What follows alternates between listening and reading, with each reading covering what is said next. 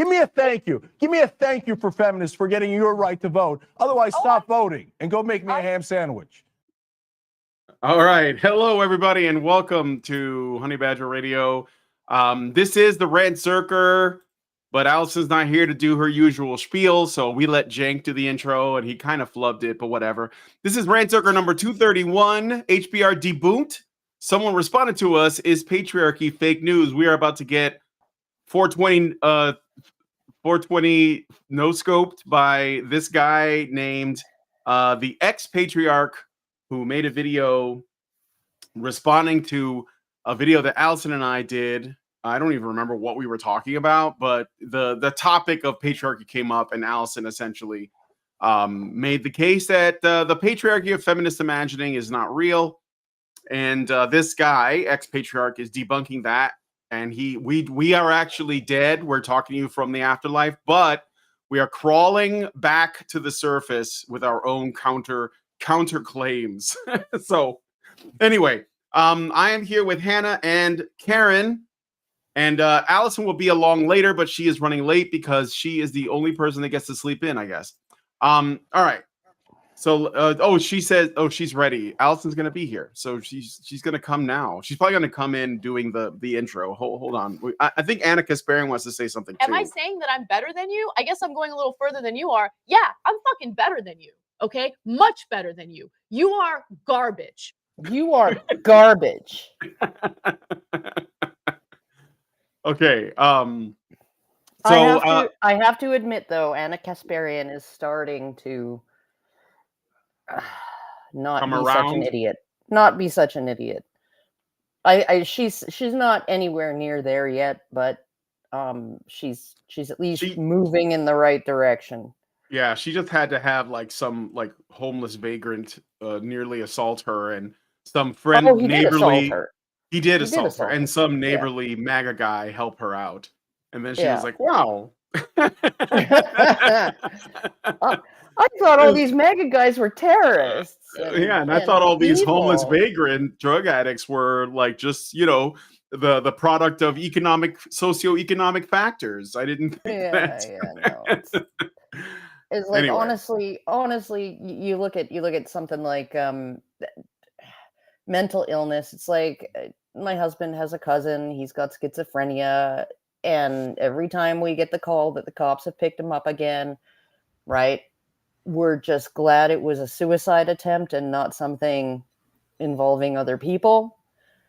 And it's like, yeah, well, this happened in Canada and it happened in the US, and I think it was in the 1990s or something. They basically decided, the Western world basically collectively decided that it was inhumane to involuntarily commit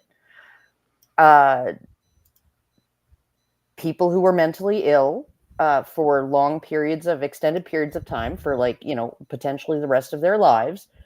And it was also a violation of their rights to make them take medication. And so where did they go? They closed down all the mental hospitals, the long-term facilities. So where did they go? Out on the streets. And what did they do? They stopped taking their medication, and here's where we are. All right, and Allison just joined us. So, Allison, hey, did you run? Hey, can you guys hear me now? Yes. Oh, good, because you couldn't hear me before. Oh. So I've lost the video now. When I went through and did the changes I needed to do so you guys could hear me, it closed the window or it hid it, but I can't find it now. I've got my stuff from HBR Talk open. Sharing. I can't see the tab. It's completely vanished. This is bizarre. There it is. It's because I have enough tabs open that my window doesn't show them all to me. So but before we get started on this guy's video, there's two things I want to mention. And the first one is maybe a bit petty, but the name Ex-Patriarch, in my opinion, is very one good man. Our listeners will know what I'm talking about. I mean, it's kind of a way of saying in shorthand, I'm better than all the other men because I recognize this original sin of men that against women that we're all guilty of, and I have to make up for by, lecturing the rest of you guys on how you're supposed to be. It's very condescending. It's very arrogant, and it says a lot about the perspective that this is coming from. And that's the first thing. The second thing is I want people to understand what a Gish Gallop is, because this guy threw out a bunch of claims, and he cited sources for his claims, but he did what some of his sources did. He told part of the story as if it was all of the story, and left it to indicate that that part of the story debunked the argument that that part of the story was not the whole story. It's kind of like saying, I can't go to the store because there's something wrong with my car, and somebody says, well, your car's engine is working just fine, but you have a flat tire. But the tires are right. Yeah. And so their argument that your car's engine is working just fine doesn't debunk the claim that you can't go to the store 30 miles away because there's something wrong with your car. Or if they claim, well, the store that's 6 blocks from your house is open, but if you've been trespassed out of there and you can't go, you still need your car, and this is the kind of thing that I'm seeing with this video. He did a very excellent job of isolating parts of the story and putting them together in a Gish Gallop, which is saying a whole bunch of arguments at once without any chance to respond in between. So I'm imagine we're probably going to hear, why did it take you guys such a long video to argue against everything that I said in this lousy 10-minute video? And the answer is because your 10-minute video is a Gish Gallop. I had to deal with that with Kersner. I can't remember her first name. Liana Kersner put out a 15-minute. The good feminist. Yeah, the good feminist. Put out a 15-minute Gish Gallop against the men's rights movement. And it took me 45 minutes worth of video to step-by-step address everything she got wrong in that video. So it's like Goodfella used to say, it's the fire hose style argument. You get a truck full of liquid manure, you spray it all over everything, right? It takes you like a minute to cover everything in manure. It takes a little bit longer to clean that shit up. Yeah. All right. Well, Allison, you said you wrote something. Did you want to just do that, or should we watch some of the video? Or maybe you should also do the things we literally just started. So, Allison's muted or something. That's why she's been so quiet. Can you hear me now? Yeah. Yes. All right. So for some reason, occasionally Video Ninja likes to just drop my mic, and I have to switch it around. But anyway, with that sorted. Okay, so did you do the intro? Have we done the intro? We did an intro. Yeah, an intro. Okay. Well, maybe I'll go through and just do the intro and start there. And then we'll go into the things, and we can consider this all bonus content behind the scenes, setting it all up. All right. So coming to you live from deep within a radioactive and strangely timed wasteland. We are the survivors of the alt-right Keck apocalypse, the few, the brave, the bitchy, wading into battle against the lazy citation hordes with Rantzerker, number, help me out here, 231. 231. HBR Deboonked? Or is it Deboonked? Yeah, we deboonked. We got wrecked. Wrecked with logic and facts. We are we are broadcasting from our own death, from our own afterlife of having been so seriously wrecked by this individual called Ex-Patriarch. Not just wrecked, we got shreked. We got Tyrannosaurus wrecked. The weird thing is this does not feel Deboonked at all worse than like the last time I died. Yeah, well, I also died recently. I've been dying on this hill for 20 years. So, but anyway, I want to remind everyone, if you would like to send us a tip, and with that tip, send a comment, you can do so at feedthebadger.com/justthetip. We do have our monthly fundraiser open at feedthebadger.com/support. So if you want to support this content, which is, it's pretty unique content, I would say. You can do so at feedthebadger.com/support. All right. So Brian sent this to me yesterday at about noon. And I went into the comments and I started commenting, shall we say. And I had watched a bit of the video and I actually read the sources, or I looked at the sources. I already read Blackwell's commentaries on the laws of England, but he also had another source called Laws Concerning Women. Let me see. A brief summary in plain language of the most important laws concerning women. And so I took a look at that. It is, I think it's something that both Karen and Hannah are probably familiar with. It is maybe not. Maybe not. I don't tend to read not. I'll send you a link, but Yeah. I'll give you an overview. It's essentially a feminist or proto-feminist document about the laws of the time.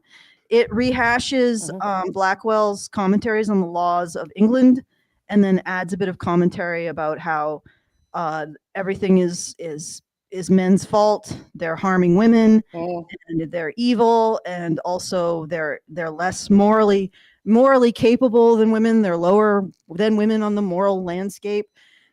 Which always I find hilarious when I read these feminist documents from the time, because they contrast so interestingly with, for example, at the time they would have called themselves like the Negro League, but that's not appropriate today. So the League of like Black Voters, and they would create documents talking about the franchise, and they would talk about their service, and they never said things like, because we are morally superior to the white race. Yeah. Never always talked about the service that they've performed for their society and warfare and that kind of stuff, and then laid out their argument for having the vote as a result of that. Completely different tone when you listen to feminist or proto-feminist writings. It's always, as the morally superior gender, we are going to pontificate upon the failings of the men in providing for us. And I'm reading this and I'm thinking about the whole context of what she's writing in. So there were a lot of social changes happening in the 19th century, one of which was the creation of a workplace that was safe, secure, and comfortable enough for women to go into, right? So now we're starting to see women bringing their own income into marriage, which is a completely new situation. In the past, women worked from the home, not because they were restricted by law, but because they were restricted by biology. Like they didn't have the physical strength to do a lot of the jobs that were outside the home. The jobs outside of the home were uncomfortable and difficult. They didn't have accommodations like washrooms, right? And so it was, and in many cases, they were extremely dangerous. Like the tunnel under the Thames probably has a death toll in the dozens, and men were doing that. They were tunneling under the Thames. So that was the kind of jobs that were available at the time. Then we see the rise of this sort of clerk class. So jobs you can do at a desk, you can do mentally, and there was less barriers to entry. And those barriers were biological and physical. So you see women taking more jobs. Now, the laws regarding marriage weren't, they by definition, laws tend to come from the past. So they didn't accommodate this new circumstance. But it wasn't because men hated women. Actually, can I just ask, Hannah, if you're not speaking, could you just mute? Because there's just this little zzz, and it's like it's triggering my. Okay, well, I'm kind of waiting to say something as soon as you get done, because I'll give you a heads up. I'll give you a heads up. All right. Yeah, it's just, and I don't know that this is going to change. Like I switched everything that I could, and this is just it's not bothering me anymore. Actually, so as long as just it's be only local bothering interference. Allison, I'm good. Okay. So, well, the problem is if I don't stay unmuted, I don't get to talk a lot of the time. So I was. Well, I mean, I'm gonna complete my skeep spiel, and then I'm gonna let both of you just go for it. I'm just gonna release the hounds on this guy. But what I was trying to get at is that the circumstances, the social circumstances of the time had changed. Laws didn't keep up with it. So what simply happened is there was a new circumstance that had to be dealt with in law when it came to matrimony, which is women bringing in their own income. Before, that just didn't happen. Women's contribution to the family was material, but it wasn't in terms of bringing in currency, bringing in money, right? So as soon as they realized, oh, hey, wow, this is something that's going to harm married women, they started to change the law. It has nothing to do with men being cruel or evil, which is sort of the implication of this sort of misandrous screed. It had everything to do with a delay in the law recognizing and dealing with a current circumstance. And you see this over and Politics is over again. downstream from culture. Yeah, it's like you see this over and over again. It takes time for the law to catch up with current circumstance. And then in the lag, you find the feminists yelling about how men hate us and they're evil and they want to oppress us. No, and then you find that yes, the law gets changed. And interestingly enough, the law gets changed in such a way that women are benefited. In other words, so it's changed that they are the ones who no longer face the problems that they did, but new problems are created for men. So, for example, women can keep their income and control their income because they're earning it. But now we have the problem that men are responsible for debts and they have no ability to have oversight. Because you have an anecdote about that, Karen. So it's like it creates a problem. This change between this differential between the law and the circumstances that married people find themselves in creates a problem for women. The legal process solves that problem for women, and then creates a gigantic problem for men because their responsibilities remain. Right? And it's always lagging. The problem is solved first for women. Then egregious crap happens because nobody thought about the situation for men because of biased advocates like this person who wrote this treatise. Nobody thinks about the situation for men. It takes a decade or longer to fix the problems that are created for men, which they have really serious consequences like jail. And and it's so interesting that they frame all of this. Circumstances changing, the law not keeping up because the law doesn't keep up, right? The law being changed to benefit women. Nobody thinking about the situation for men. The situation for men only being addressed decades after the situation for women is being addressed. They look at all that and say, oppression of women. Bitch, please. So there's also the factor of class that people do not think about when they're discussing this. Like the idea that women didn't work before a certain time and then after that time women worked does not apply when you get below what we would today think of as the middle class, which was almost non-existent at certain times because class was based on land ownership, and land ownership made you wealthy. You didn't have middle status, unless you were living in an urban area and you owned a small section of land on which one building could stand and other people would rent it from you. So this idea that women were forbidden to work is just not the case. Women were not forbidden to work because poor women had jobs, and it wasn't just cleaning people's houses. It was working in coal mines. It was all kinds of stuff. They worked in factories. They worked in dangerous conditions. They were still shielded from the more dangerous conditions in the workplaces that they were in. So if there was an area in a coal mine that was more dangerous, the men were the ones doing that, whereas women did jobs that you had to be maybe a little smaller to be able to do. And it was upper class women whose objections led to women being taken out of coal mines, to poor women being taken out of coal mines. And then they ended up having to do slightly lower paying jobs outside of the mines for the coal companies instead. And the conditions weren't necessarily significantly better because now they were working outside in the cold in the wintertime and outside in the heat in the summertime, whereas down in the mines, the temperature was pretty much a constant. So you did have a very stark difference between how the law affected women who married wealthy men and property owners versus women who married men who didn't have much of anything. And feminists never talk about or who that. didn't marry at all.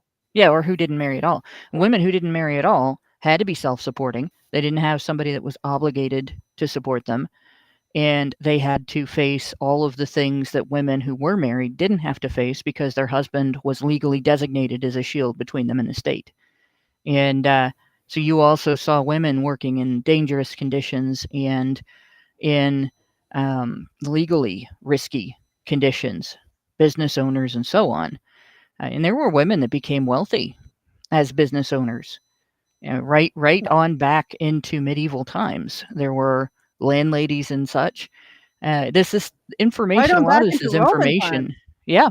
And a lot of this is information we came across when we were doing the HBR Talk series, debunking the idea that there's no relationship between military service and voting rights. Like voting rights Yeah. literally evolved out of men's military obligations and their obligations to participate in a pseudo-parliamentary system prior to the existence of the British parliamentary system. It's literally one and the same thing. And women got voting rights along the way multiple times in multiple ways. There was no stark line where before this time all men could vote and no women could vote. And after, it was equalized, there was always this long, slow evolution of men's voting rights in association with actions men took for remedy that men needed for their ability to provide for their families and keep their communities safe, And also and service not and have to wartime. pay the king to do stupid things. Warfare. The story of King John, basically, and his contribution to that, everybody should know. So, I mean, we've been going over that at HBR Talk for months, and we're doing something else right now because there's some stuff that's very relevant to right now that needs to be covered right now. So we've gotten up to after the American Revolution, and we will be going back to this at a later date and continuing on with the formation of Canada, the formation of Australia, and how voting rights evolved in all of the territories that were once English colonies and other English territories. Yeah, under English common law, right? Because that's basically what affected the formation of voting rights in all those countries. And there were differences, significant differences in how that occurred because the American Revolution changed the entire world's attitude about how that should work. But in all of that, what this goes back to is a lot of what this guy has said is overgeneralization, and he omits a lot of important facts. And it's very important to not do the same thing where we say, well, this was the way things were for women up until this point, and that's the way things were for women afterwards, because which women are we talking about? Are we talking about the women who came from wealthy families, or are we talking about the women who came from poor families?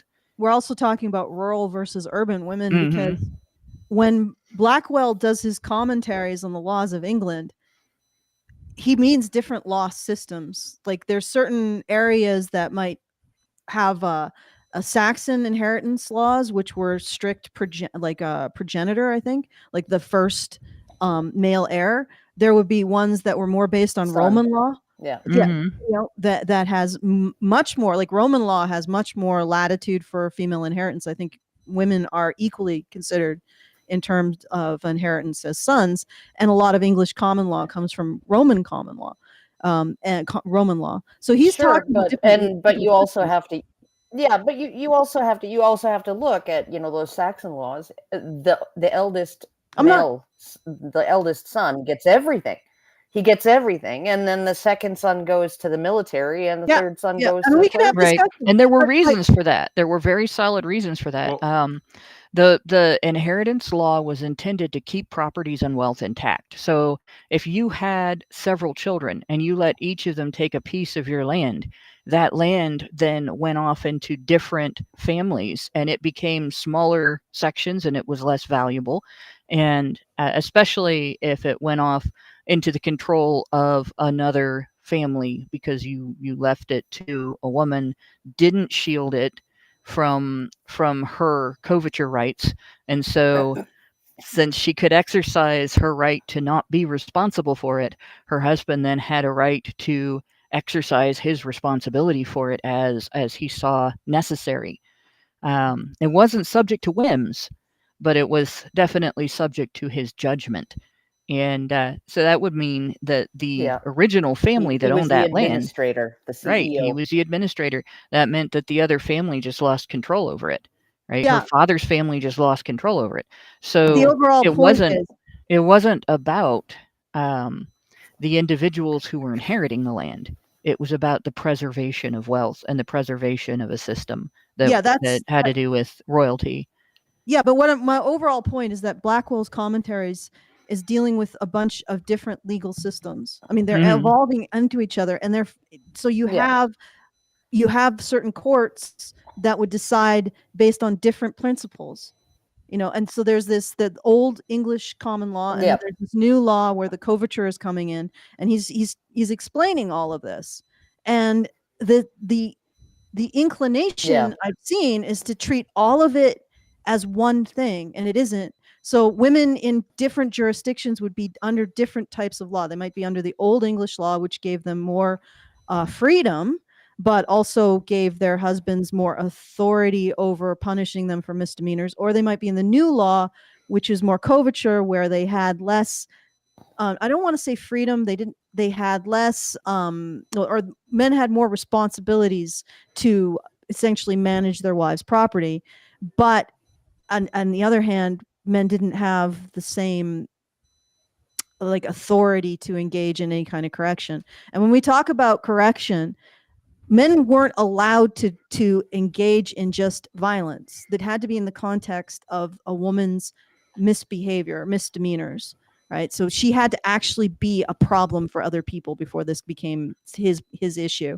But the other thing is that there is absolutely no controls on women's violence. This is what I've said. Yeah, if feminists want to assert men could hit their wives with a stick no bigger than their thumb, their wives had every legal right to hit them with a baseball bat. The or rule a of freaking spoon. thumb has been I know, it's debunked for a bullshit. long Yeah, time. I know. Women I'm were just not saying. allowed to beat their Wait. wives. Let's. This is really important. Men were We not know, allowed to beat their but wives. if you I'm saying we know. Okay, Brian, what is it you need? Well, I just Okay. want Allison to finish her thing. both of you. All right, but that's just we It shouldn't depends. give them that. It didn't It depend. Men were depends not allowed on to what beat their you mean wives. by beat. It Yes. depends on what you mean by beat. Laws against Don't wife worry, beating depends went on what off you mean back by to beat. year eventually. 1000. Okay, because All right, men one at a have time, the power otherwise of nobody can hear. corporal punishment.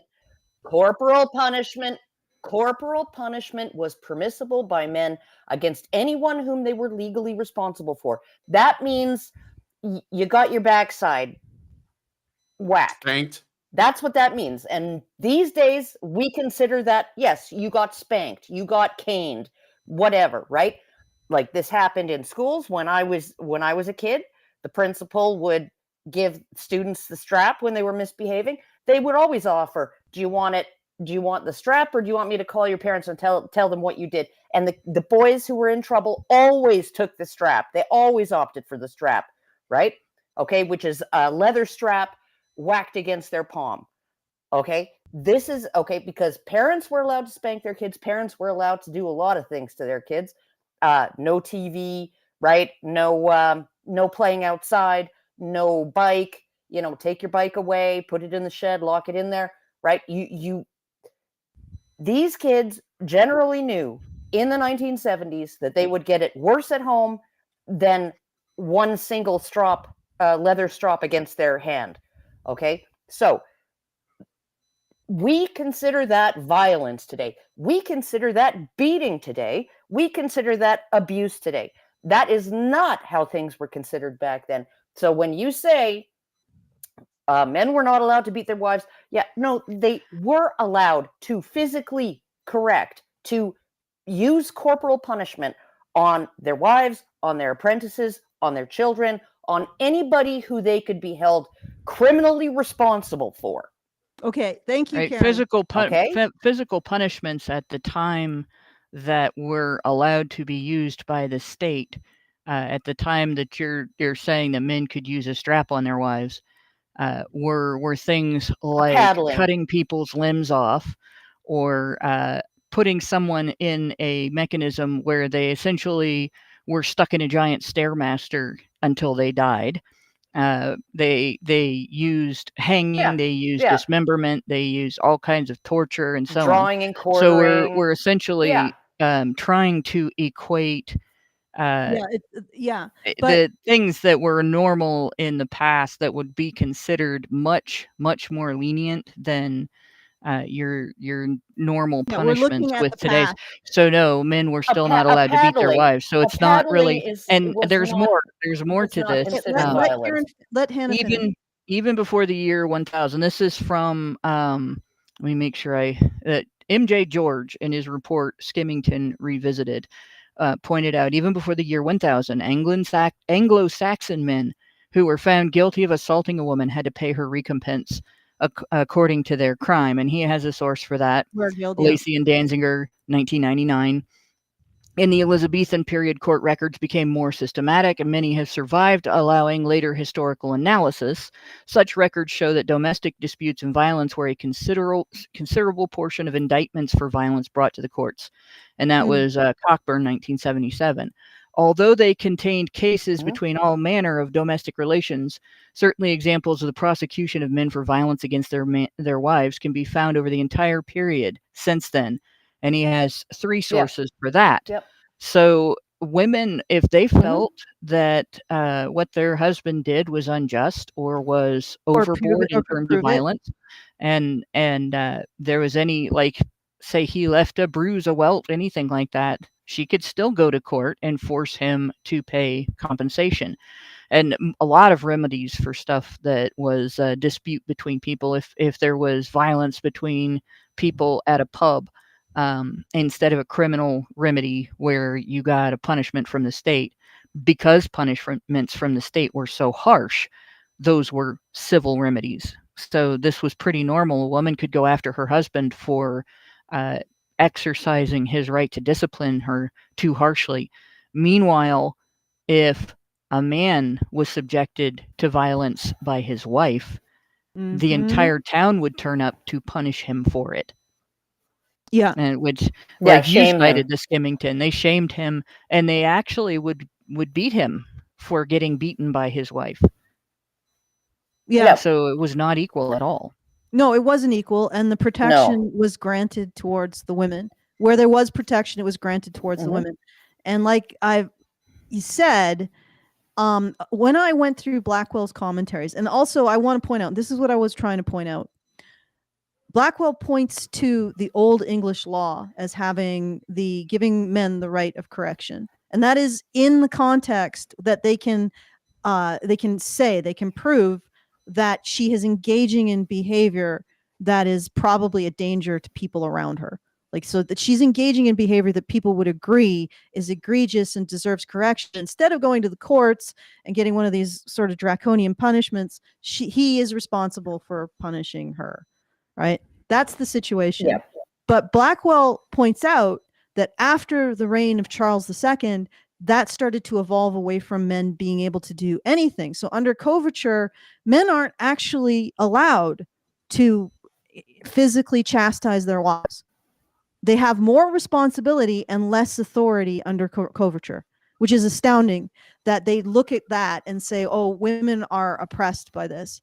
Okay, but here's and you read Blackwell. Oh, and you want to do the no one good man thing too. It's like he's like, oh, those horrible savage men back then certainly did this, but we in the age of Blackwell Charles II, you know, we're more enlightened.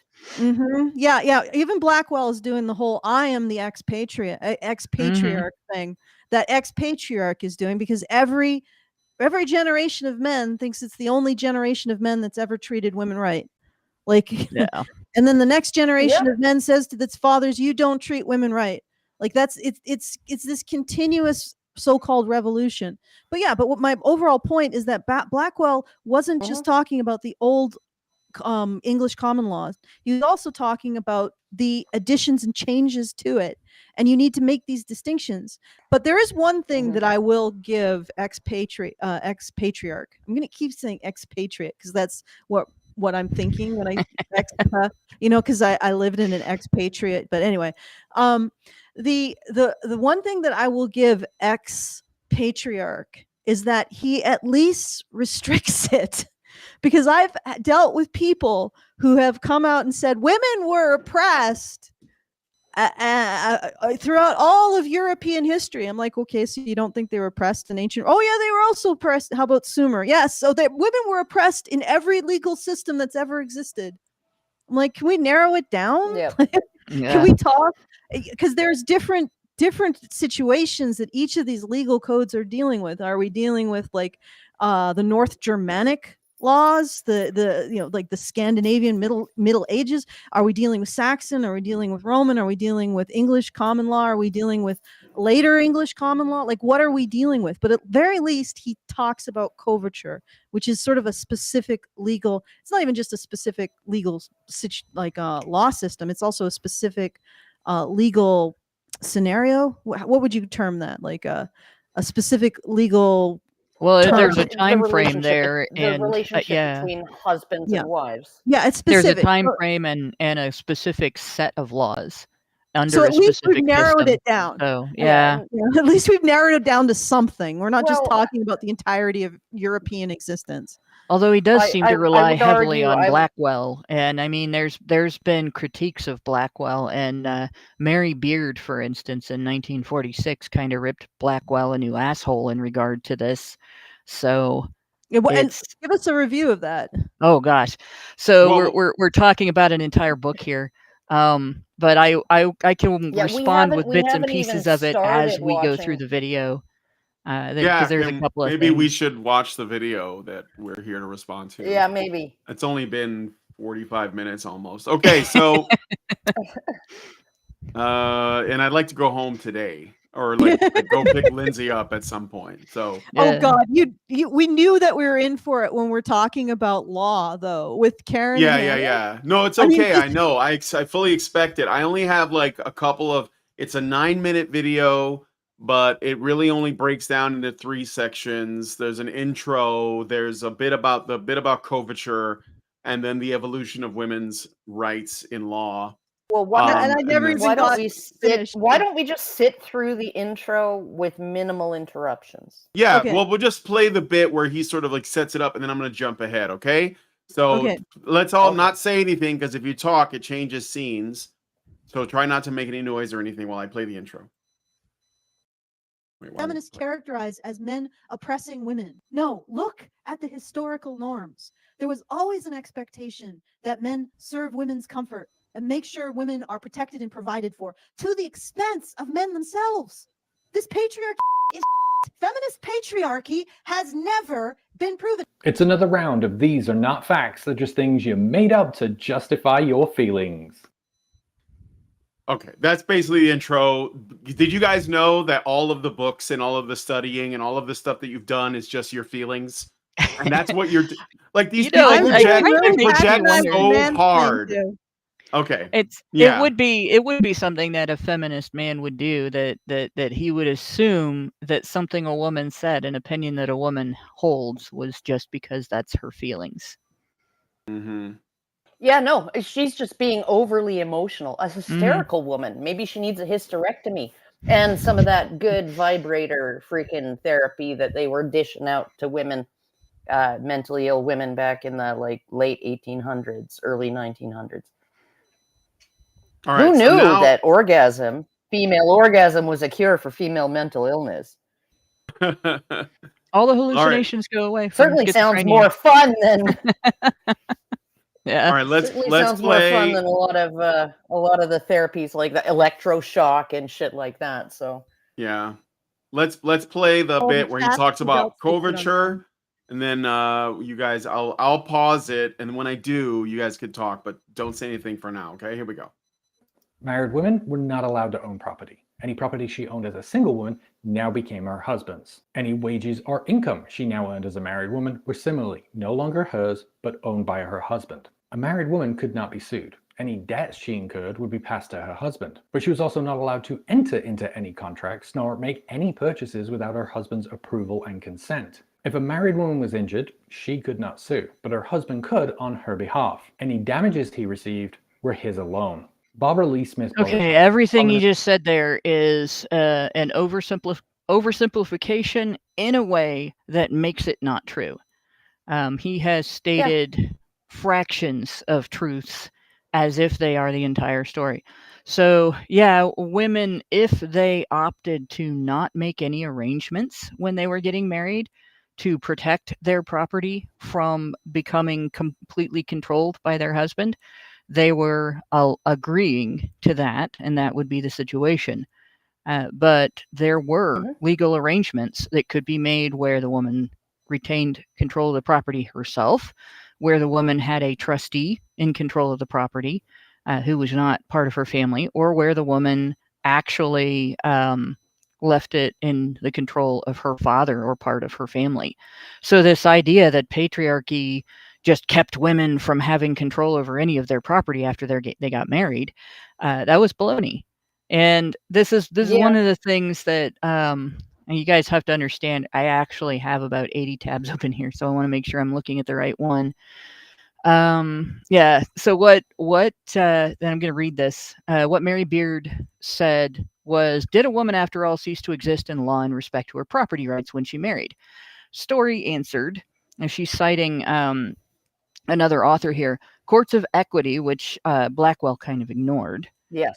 For many purposes, treat the husband and wife as the civil law of Rome treats them, as distinct persons capable in a limited sense of contracting with each other, of suing each other, and of having separate estates, debts, and interests. A wife may, in a court of equity, sue her husband and be sued by him. In cases respecting her separate estate, she may also be sued without him, although he is ordinarily required to be joined for the sake of conformity to the rule of law as a normal party whenever he is within the jurisdiction of the court and can be made a party.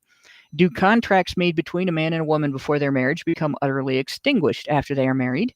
It depends upon the nature of the contracts. Courts of equity will, in special cases, in furtherance of the manifest intentions and objects of the parties, carry into effect such a contract made before marriage between the husband and wife. So basically what they wrote in the contract could determine that the contract would survive the marriage agreement. And even though there was the legal fiction of coverture, and anything that was addressed by that particular contract was exempted and excluded from it.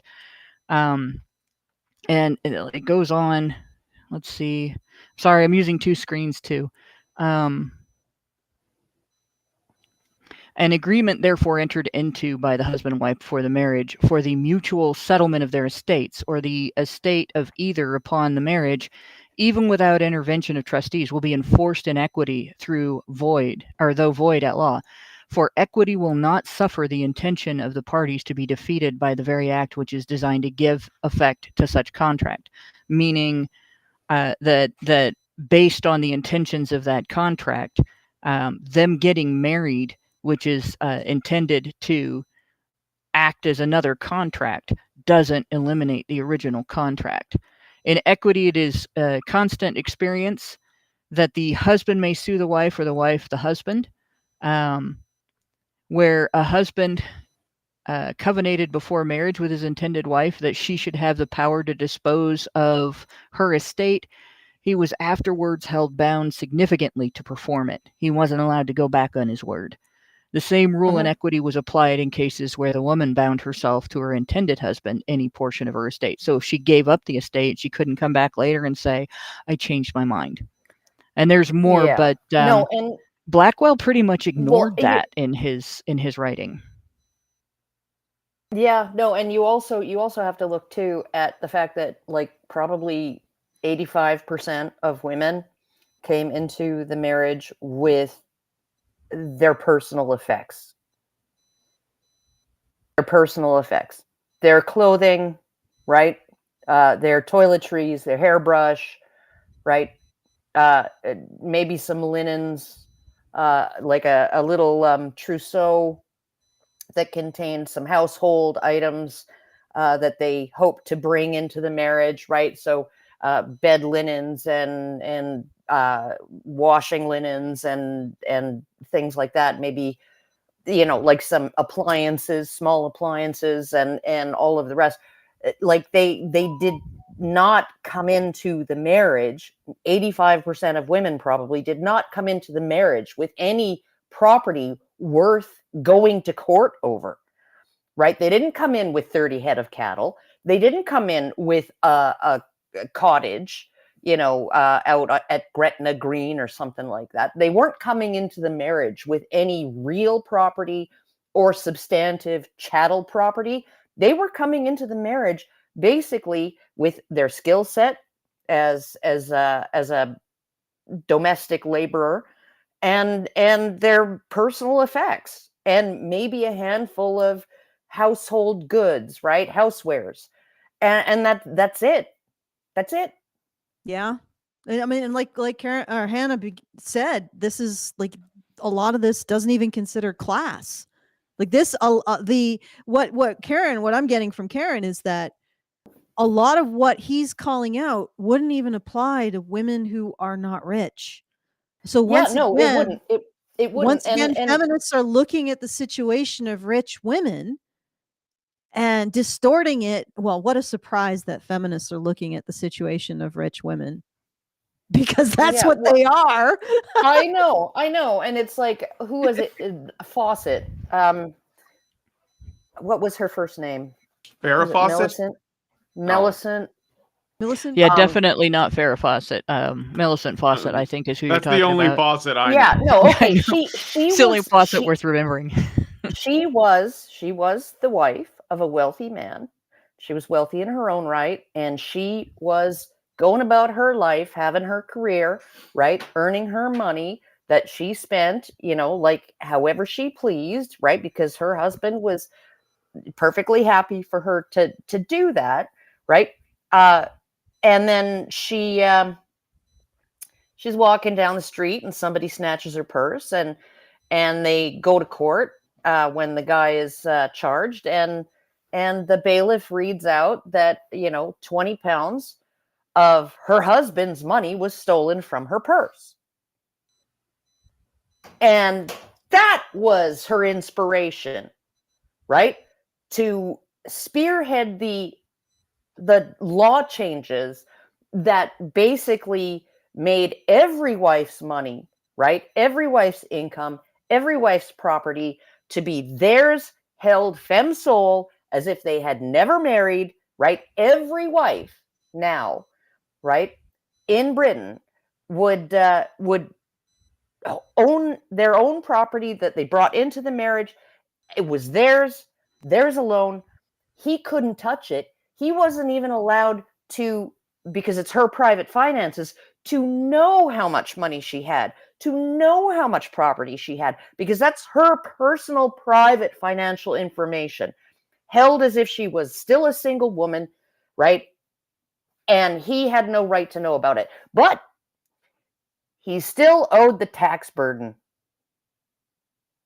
He still owed the taxes on her property and income. That was paid, and he still had the burden. Let her finish. This is a great story. I thought she was. He still had the freaking burden of supporting the entire family, including her, right, to the best of his ability. So if he was wearing Hugo Boss suits, she was wearing Dolce & Gabbana, okay, at his expense. She didn't have to pay for it, right? And if she ever had to, maybe he, I don't know, lost in a business venture or lost some money or whatever, got swindled, right? And she ever had to support the family, right? Him and the kids for any length of time. He owed her that money back, right? She could keep track of every dime of her money that she spent supporting her husband and her kids and then sue him and get all of it back, okay, from him, right? And Mark Wilkes was a school teacher. This is in 1910, I believe, in Britain. Elizabeth Wilkes, his wife, was a physician. back when women weren't allowed to work or have careers, mind you, or even get educations. Okay. She was a physician. He was a school teacher. She was also a suffragette, right? So, which basically means she was a cunt. She was an absolute fucking voracious, self-centered, self-serving cunt who did not care about how her actions affected other people, right? All she wanted was what she wanted, and what she wanted was the vote for women. So what she, 10-pound suffrage for women.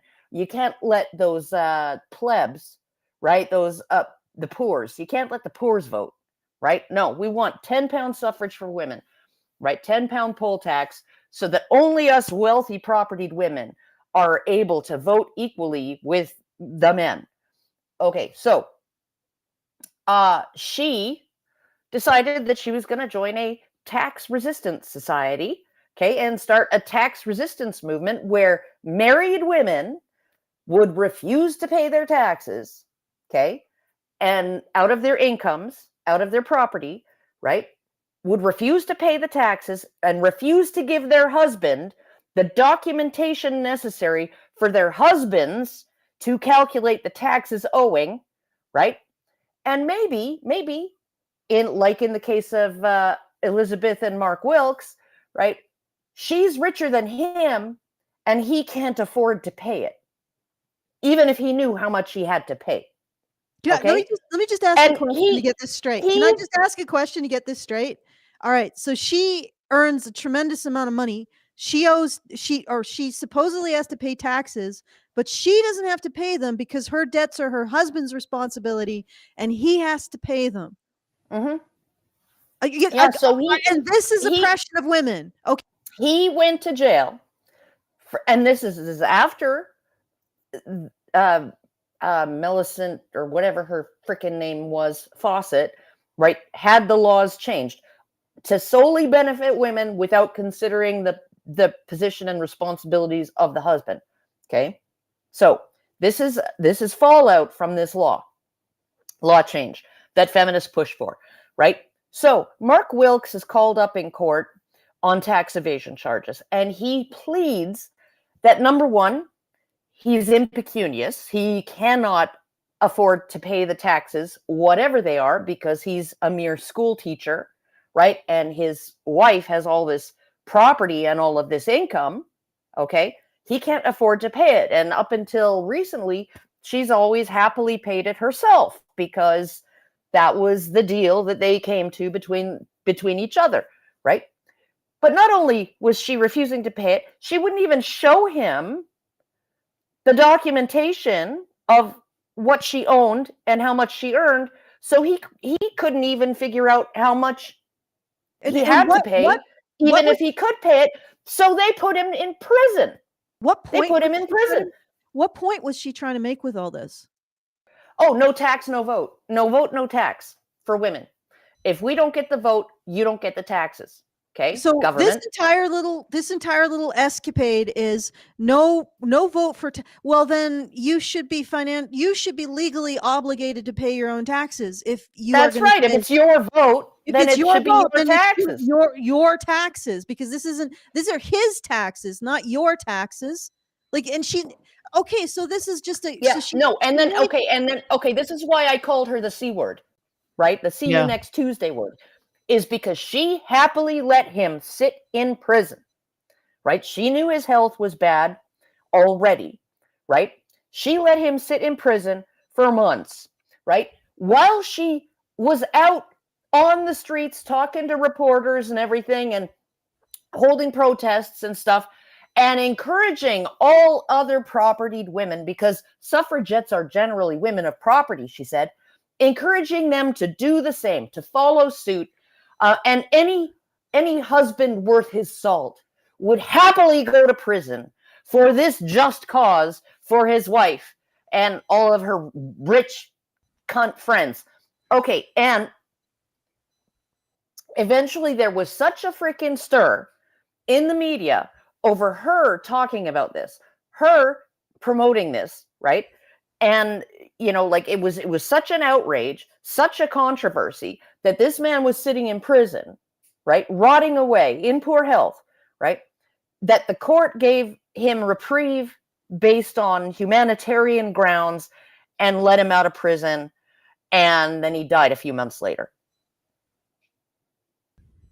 So let me get this all straight. These are your fucking heroes, people. Yeah, let me summarize this. So this woman, this suffragette, was doing a protest saying no tax, no vote, no tax, but she wasn't legally obligated to pay her own tax. So when she didn't pay her tax, her husband went to jail, and apparently it destroyed his health, and he died later. And this is oppression of women. This is what you call oppression of women. Like, answer for this, ex-patriarch. Answer to this. Tell us how this is oppression of women, because it doesn't look like oppression of women from where I'm standing. If men are constantly obligated to women's debts and women's comfort and providing for women, and to the point where a woman can pull off a stunt like this, send her husband to jail, you explain how this is oppression of women. And smugly talk to reporters about how all propertied women should be doing the exact same thing. Well, thank God they didn't. And of course it was limited to propertied women, because the women who were not propertied did not agree with her. They didn't agree and they with didn't have to pay suffragettes. taxes either. They didn't want the vote. When the suffragettes began campaigning, the anti-suffragette movement outnumbered them immensely. Yeah. Okay, we did a couple of episodes, at least maybe 3 or 4, just on the anti-suffragette movement and the fight between the suffragettes and the anti-suffragettes, because it took years for the suffragettes to pressure the anti-suffragettes into basically just shutting up and going along with what they wanted. And during that time period, all of the stunts that the suffragettes pulled, they claimed that they spoke for all women, but they fought very hard to keep other women's opinions from being heard, much less considered. So there were pushes for women to vote, for instance, on whether or not women wanted voting rights. And the suffragettes opposed that because they didn't think that women would vote the way they wanted them to. Yep. No, So, and there was a lot of that.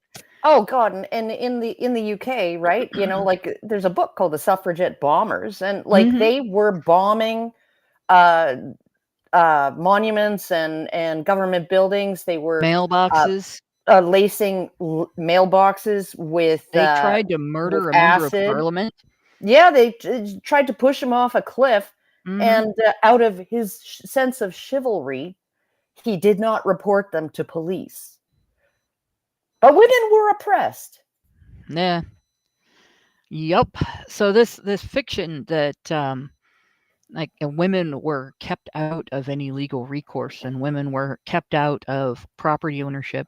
Like, there's another bit that I should read you from this book. Is Blackstone's statement true or false?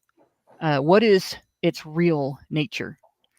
For the moment, it may be said that there are some truths in it, that it contains a great deal of misleading verbalism, and that in upshot it is false. We must remember, moreover, very distinctly that he was, at this point in his commentaries, dealing solely with the rights or rightlessness of married women only, with her position, as he said, in law, quote, in law.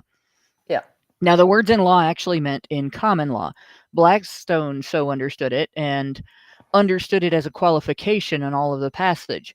So did his readers who were trained in law.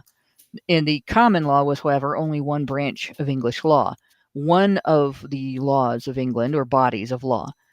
Other bodies of law were acts of parliament, often drastically modifying the common law, and old customs left undisturbed by the common and statutory laws. And as Blackstone remarked casually, over and above these laws was equity, frequently called in to assist, to moderate, and to explain the other laws. It was equity administered by a special court, having no jury, that provided in the name of justice remedies for wrongs for which the common law afforded no remedies.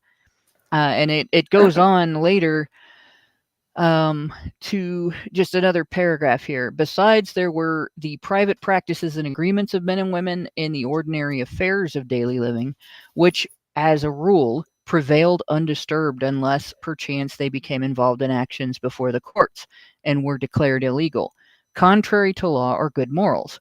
Only when such practices and agreements were notoriously contrary to law or good morals, or the man or woman who were parties of such practices and agreements were entangled in litigation, was there any kind of law?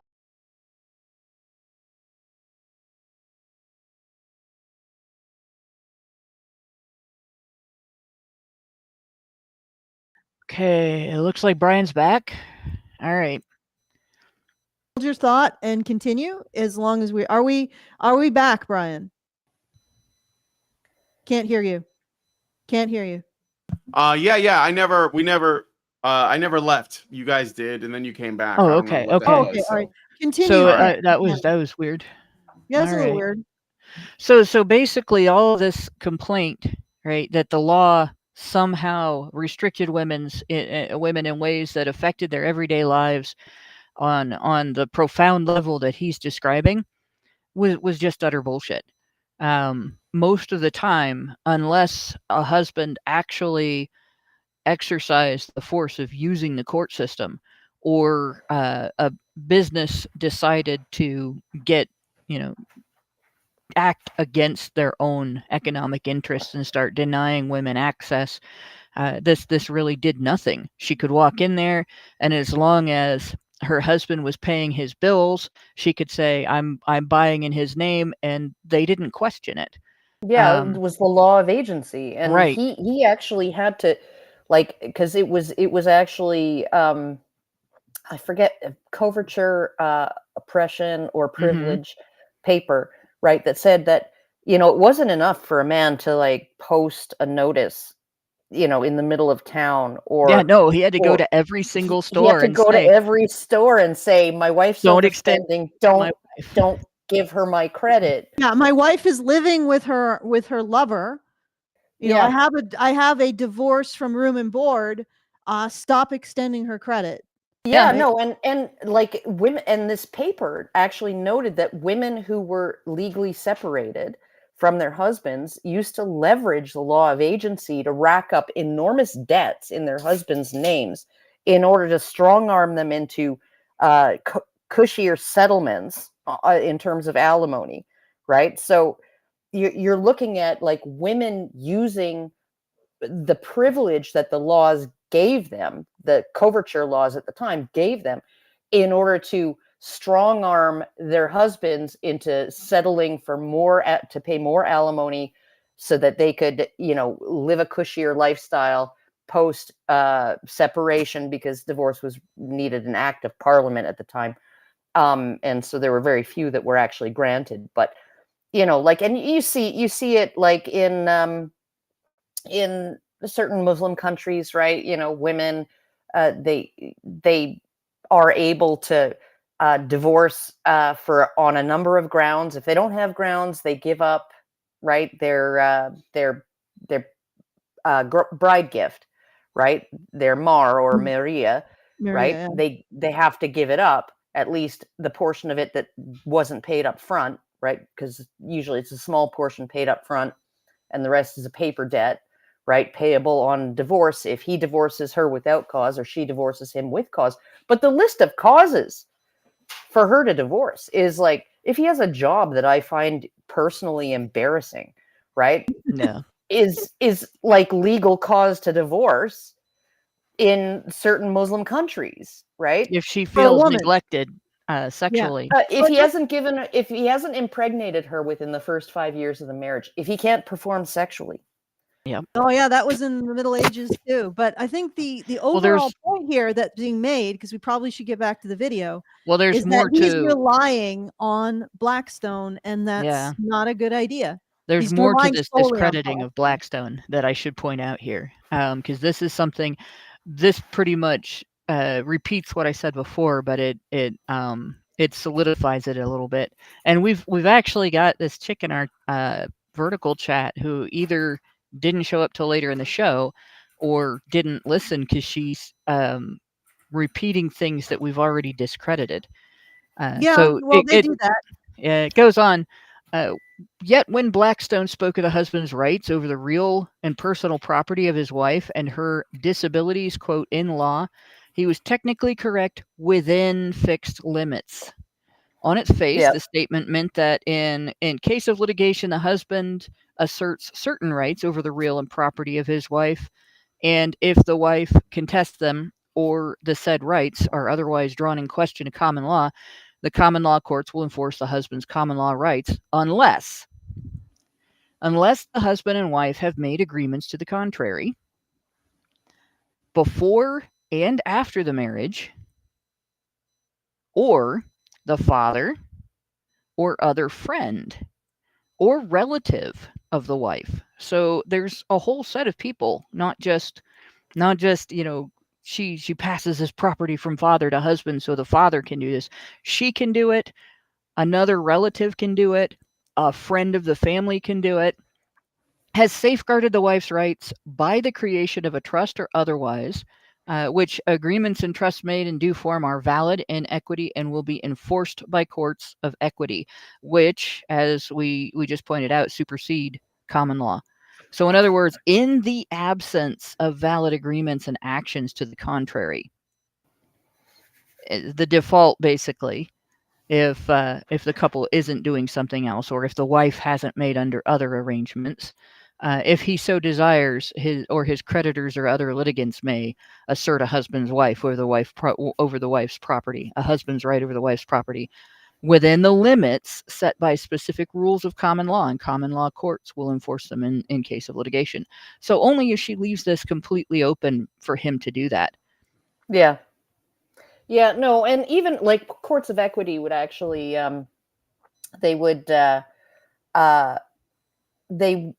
they would make exceptions when exceptions were relevant, right? Like, so I read about this one case where this the husband booted the wife out. Okay, she was pregnant and booted her out, right? And he wanted to keep all the property, and included in the property was the layette, right? Which is all of the linens and supplies that you would need to take care of an infant, right? And he wanted to keep those, and the court said no, right? It doesn't even matter that you had just cause to boot her out, because I think she cheated on him or something, right? And so he had cause to separate, cause to boot her out of the house, right? And not take responsibility for her. But like, what use do you have for these linens, right? She's having the milkman's child, right? She can take them, and when the baby doesn't need them anymore, she'll return them.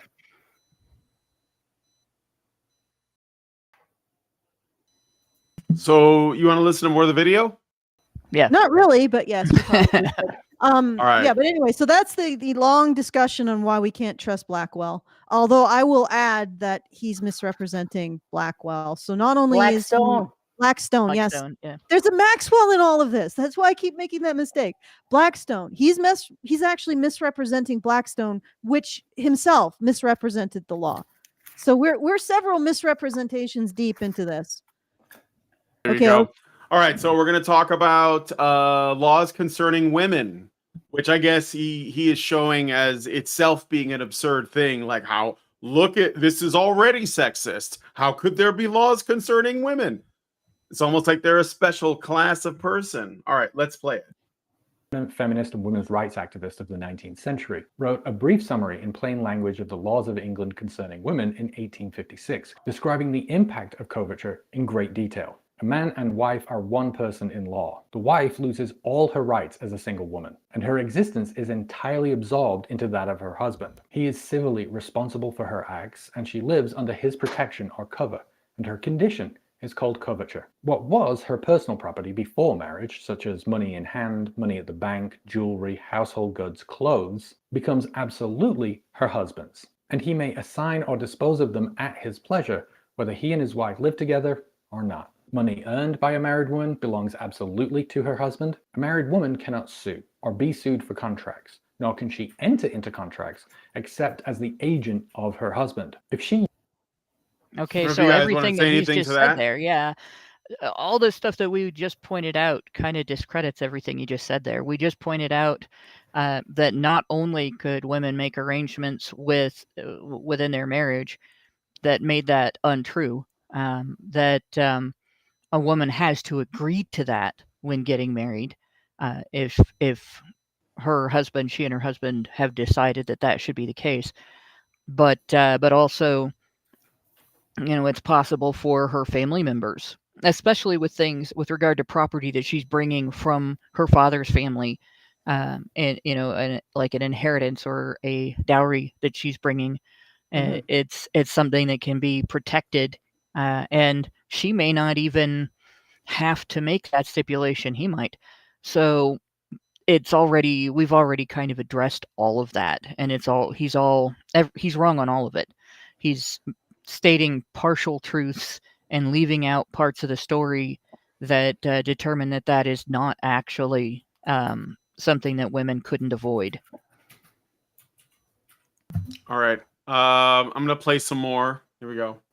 unites herself to a man, the law immediately steps in and she finds herself legislated for, and her condition of life suddenly and entirely changed. Whatever age she may be of, she is again considered as an infant. She is Oh again my under God. reasonable All those restraint. marriage ambushes, just coming out of nowhere, just jumping on a woman. Like, first of all, she's not considered an infant, right? She's considered the assistant to the CEO of the business operation, maintaining her lifestyle. yeah, like that's what she is. And okay, there were probably a lot of unhappy marriages, right? Like when you look at sort of the exchange that's going on here, which is like, okay, he's responsible financially to manage the entire financial operation, the corporation that is the marriage, right, and the family, right? He's responsible for that, and she's responsible for giving him kids, right? And I suppose there are a lot of people who got the shaft, right? Like the men whose wives turned out to be barren, and the women whose husbands turned out to be fiscally irresponsible and wastrels. Okay, and like ended up in that's jail because of it. Like, that's the problem. Like, if yeah, your husband was incapable of paying your debts, he went to jail. So it seems like a problem that solved itself in some ways. yeah, but like if you're incapable of giving him children, I mean, like unless you're married to Henry VIII, you probably don't have a whole lot of worries there.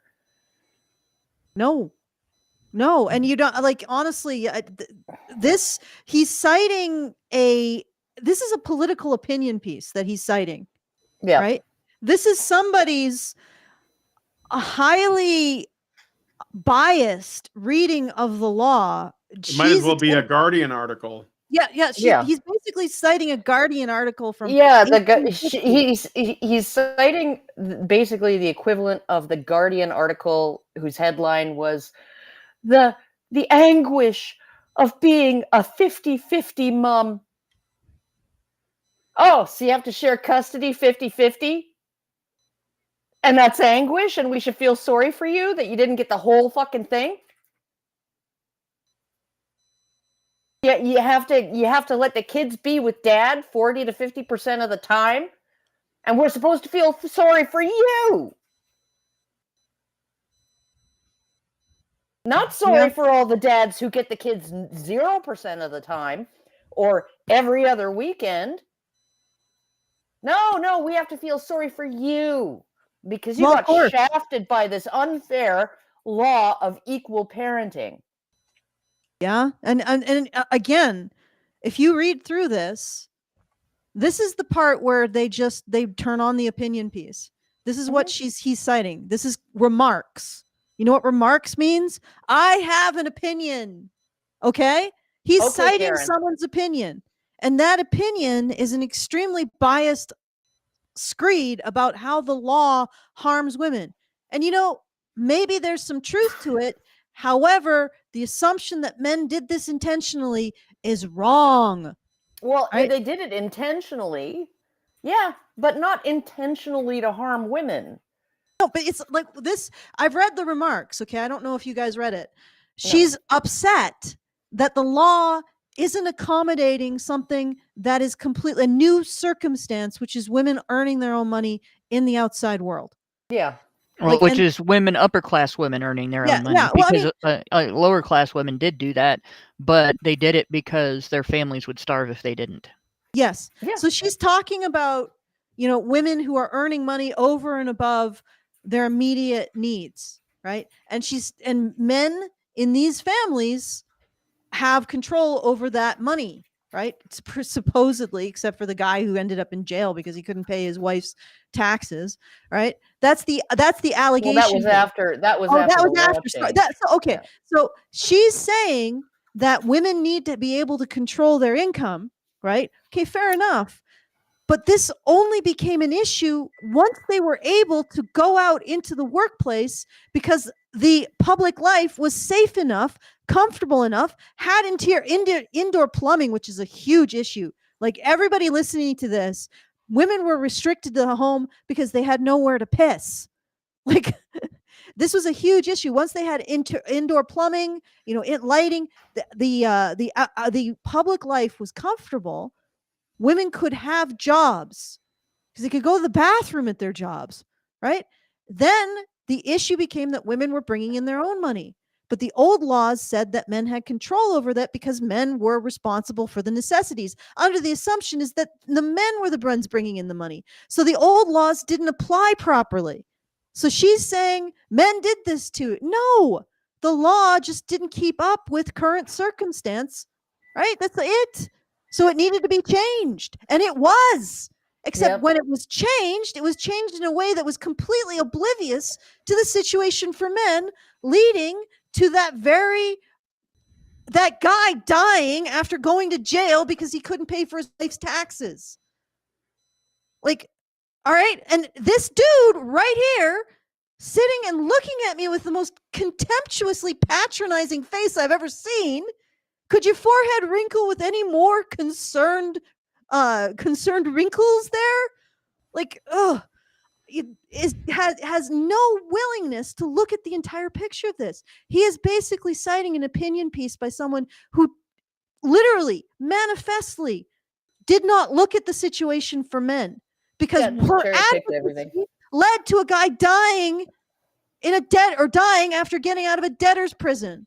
No doubt didn't do wonders for his health, right? So her advocacy, this document, literally leads to the situation being so bad for men because nobody stopped and said, "Hey, wait, what about the situation for men?" No, they just listened to this. Yeah, if we poke this bit over here, what's going to happen over there?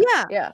They just listened to this opinion piece by a feminist who framed the entire thing as oppression of women. They went in and said, we got to change the law to protect the women. They changed it. And they constructed a situation where this Elizabeth, I think it was, could send her husband to jail for not paying her taxes. Yeah, no, it's like the argument from feminists is that this was all completely arbitrary and malicious. Yes. Okay? It wasn't necessary, right? Therefore, it had to be malicious, right? It didn't benefit women in any way whatsoever. Therefore, it only privileged men. Therefore, it had to have been malicious, right? Yes. On the part of the men who made the laws, right? And no, that's never been the case. That has never been the case in any society on the planet. Because that was the framing, the lawmakers went into this based on these women's advocacy. They went into the law. They did not consider the situation for men. They changed it to benefit women without considering the responsibilities placed on men. And they constructed a situation where a very ill man had to go to jail for his wife's debt and subsequently died. That's what happened. So he is citing a document, which is actually in the context, the entire context, proving the exact opposite of what he's saying. This issue was not made by men. Men didn't go out and say, we want to punish, we want to restrict women, we want to take their money. They didn't Arbitrarily They treat didn't. them like dirt.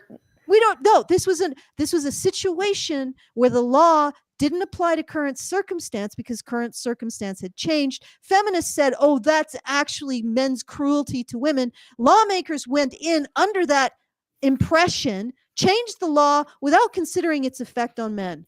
Right? Yep. So this entire thing, including the document he's citing, in its context, proves exactly the opposite of what he's saying. Congratulations, Ex-Patriarch. You have just disproven yourself. You've deboonked yourself by citing this document without understanding the historical or legal context of it. He actually is a matriarchal, patriarchy-loving womanist. So I did a song about this a few years ago when I could sing better. Not well, but better than I can sing now. And I still stand by it. Like, feminist men who do this love the concept of patriarchy because it gives them a reason to browbeat other men. If it's real and true, it gives them something to beat other men over the head with, and feel special. To feel special, and also feel like women owe them some sort of gratitude for what they're doing because they're somehow helping to rescue women from the evil patriarchy. And that's your matriarchal, patriarchy-loving womanist. Could you imagine people in like 23, 25 looking back at Guardian articles and saying, oh, they oppressed their women so badly. Yeah, I know. Could you believe that they allowed them to do gangbangs? Oh my God, that was such oppression of women. Such oppression of women. They didn't even let them have I don't know what. They didn't let them have what are those things called? Bank accounts. They didn't let them have bank accounts in 2025. Didn't you know that, Karen? We're living in the age of horrible women's oppression. Literally. If you looked at in a century, if they look back at Guardian articles, they'll think that we whip our women and grape them in the streets. Yeah. This is what he's doing. He's looking back at a Guardian article written by a feminist lawyer who not only got what she wanted, but basically made a gigantic hole in the law that hit men really hard. Yeah. Well, feminist lawyer in the late 1800s? How is it possible that men allowed that? Yeah. All right, should we play more of the video? I don't know. She might not have been a lawyer. I might be exaggerating it. Well, there were lawyers at that time. Yeah, there were female lawyers, doctors, journalists. Like, they existed. So did you know? I went to Rome and I found out that 30% of the brick foundries in Rome were owned by women. And like brick foundries were like one of the biggest industries. And that was a male, like that brick foundry was generally considered a male industry. So 30% of the brick foundries being owned by women, you have to wonder how many of the breweries, the butchers, the tailories, the tanners, the bakeries were owned by women. Yeah, no, it's like you look at there were two ways, for at least in England, for women to become master tradesmen, right? And one was to learn the trade from their husband, and then he dies, and then she just takes over the business. There were a lot of butchers and blacksmiths and stuff like that, women who they didn't maybe do it themselves, right? But they were able to take on journeymen and apprentices, right? And run the business that way and have it be solely owned, right? Same with butchers and stuff like that, right?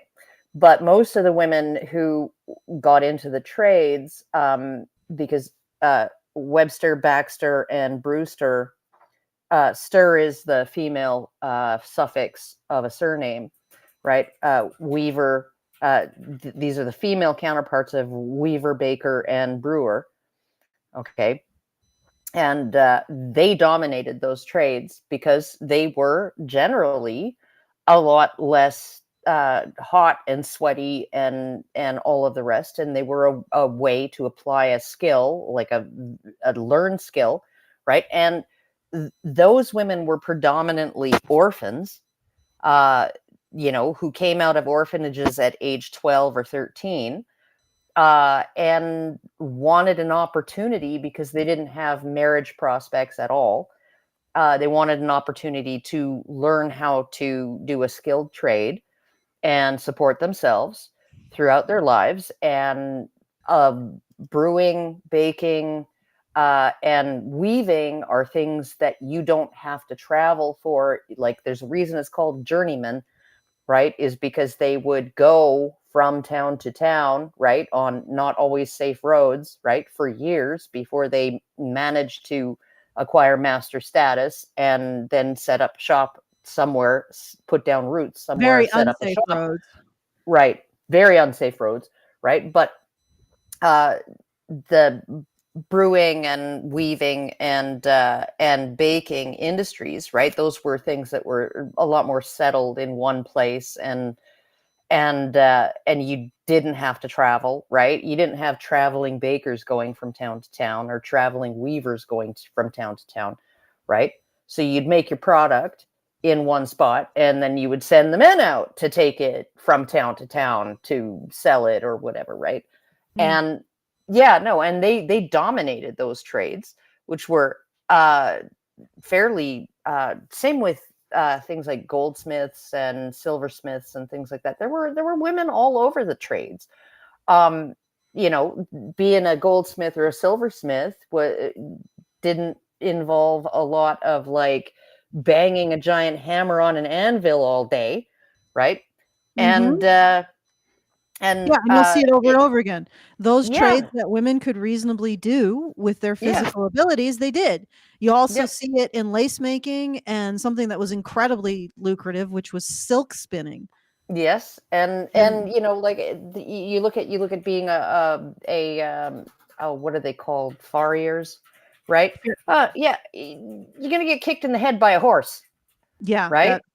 No, so women didn't really do that. Coopers, women didn't really do that because you're using these big, long freaking knives, and you're banging the metal rings to make the big barrels and stuff, right? And to shape the staves and make the barrels, right? They weren't really involved in that so much, right? And those kinds of trades very much, right? But you had female apothecaries and like all kinds of those things from the 1400s and earlier in the UK, right? There were women who were physicians in like the 11th century. Yeah, or earlier, right? Like earlier, like you're talking, you're talking about female physicians, in ancient Rome, ancient Greece. All right. I sense that Brian wishes to move on. Okay. I'm sorry that I even made that joke, but let's play some more of his video here. This is still talking about coverture laws, and I think that a lot of it has been addressed, but we'll listen to it a little bit more. Coverture and its implications, and then there's the evolution of women's rights, which is a little bit later. Let's hear this opinion on the Guardian piece from 1850 by the feminist lawyer. That is brought up as evidence. She loses her separate existence and is merged into that of her husband. She is he into her. You can hold nothing. I was gonna say it goes both ways, like literally two bodies, one flesh. That's the purpose of marriage as a religious sacrament. So, but I mean, we're not here to talk about that, but that is an aspect that you have to understand. Like in these years, almost everyone that was making these laws were Christian. So that was like everyone was on the same page, basically. Like women too. This wasn't like a thing where actually, go ahead. Blackstone cites pagan law, which was not fun. It was very draconian in some ways for women. But everybody, like Brian was saying, everybody's on the page that marriage makes men and women into one flesh, right? Yeah. And so it's not just women that lose their personhood; men do too. in a But way. I mean, if that's how you're going everyone, to frame it. I just want to remind everyone, this is the 1850s equivalent of a Guardian article, right? Yes. She might be a feminist lawyer. She might have a legal, you know, status background, but this is still her opinion on the law, right? This is her opinion on the law. That's what we are reading right now. Okay, so, and this is his opinion on a feminist lawyer's opinion in 1850 on the law, or suffragists. Okay, continue. Yep. I got a Rumble rant. So NovaFan21 gave us a Rumble rant. Thank you.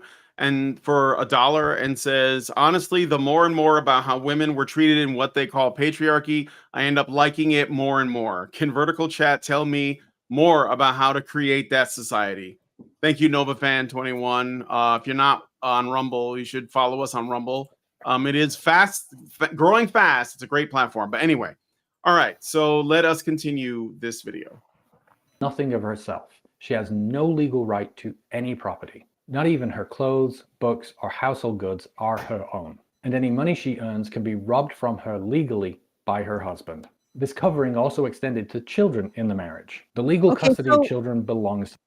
Again, the thrust of this article is the change from women not earning income to women earning income. Although women did earn income, actually probably the real thrust is that rich women are now earning income in jobs that they enjoy.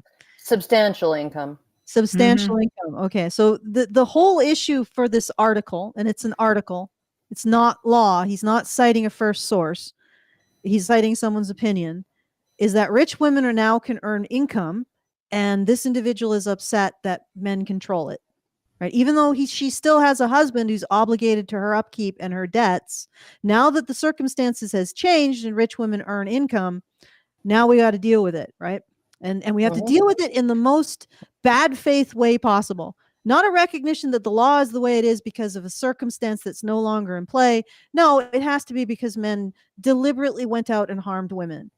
Yeah, and well, of course, And again, he is ignoring the fact that women could choose to not allow their husbands to control their property. Yes. Well, and women could earn money. Middle or upper class women could earn money before that. It's just that it became a more common choice. Yes, over time. And that's what this article is about. That's what this article is addressing. And the thing is that when they're in the marriage and they're earning money, apparently the man could steal it all from them. Although that's interesting because even though he's legally obligated to use it to support her. Yeah, and pay for her taxes. Right.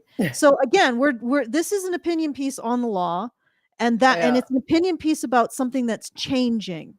Right.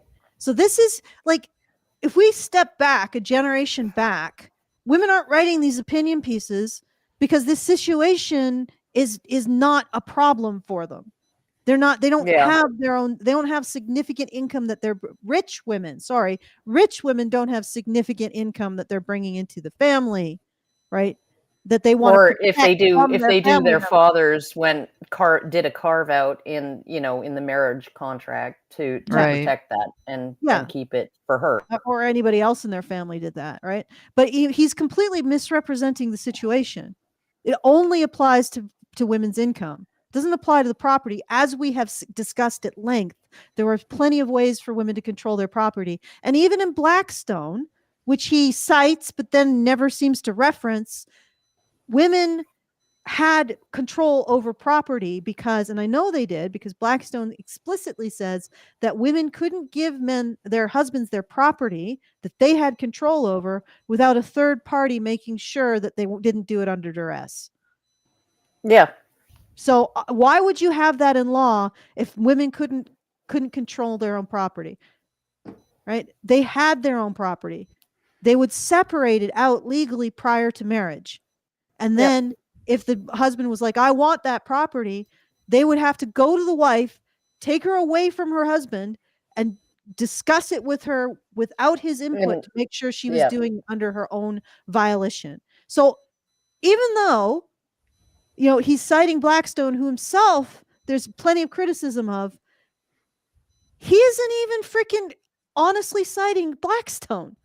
Yeah. Ignoring humongous parts of Blackstone. Like I gave Brian a document that's Blackstone's commentaries on the laws of England. We could go to that passage and show everyone that women had the ability to control their own property in marriage.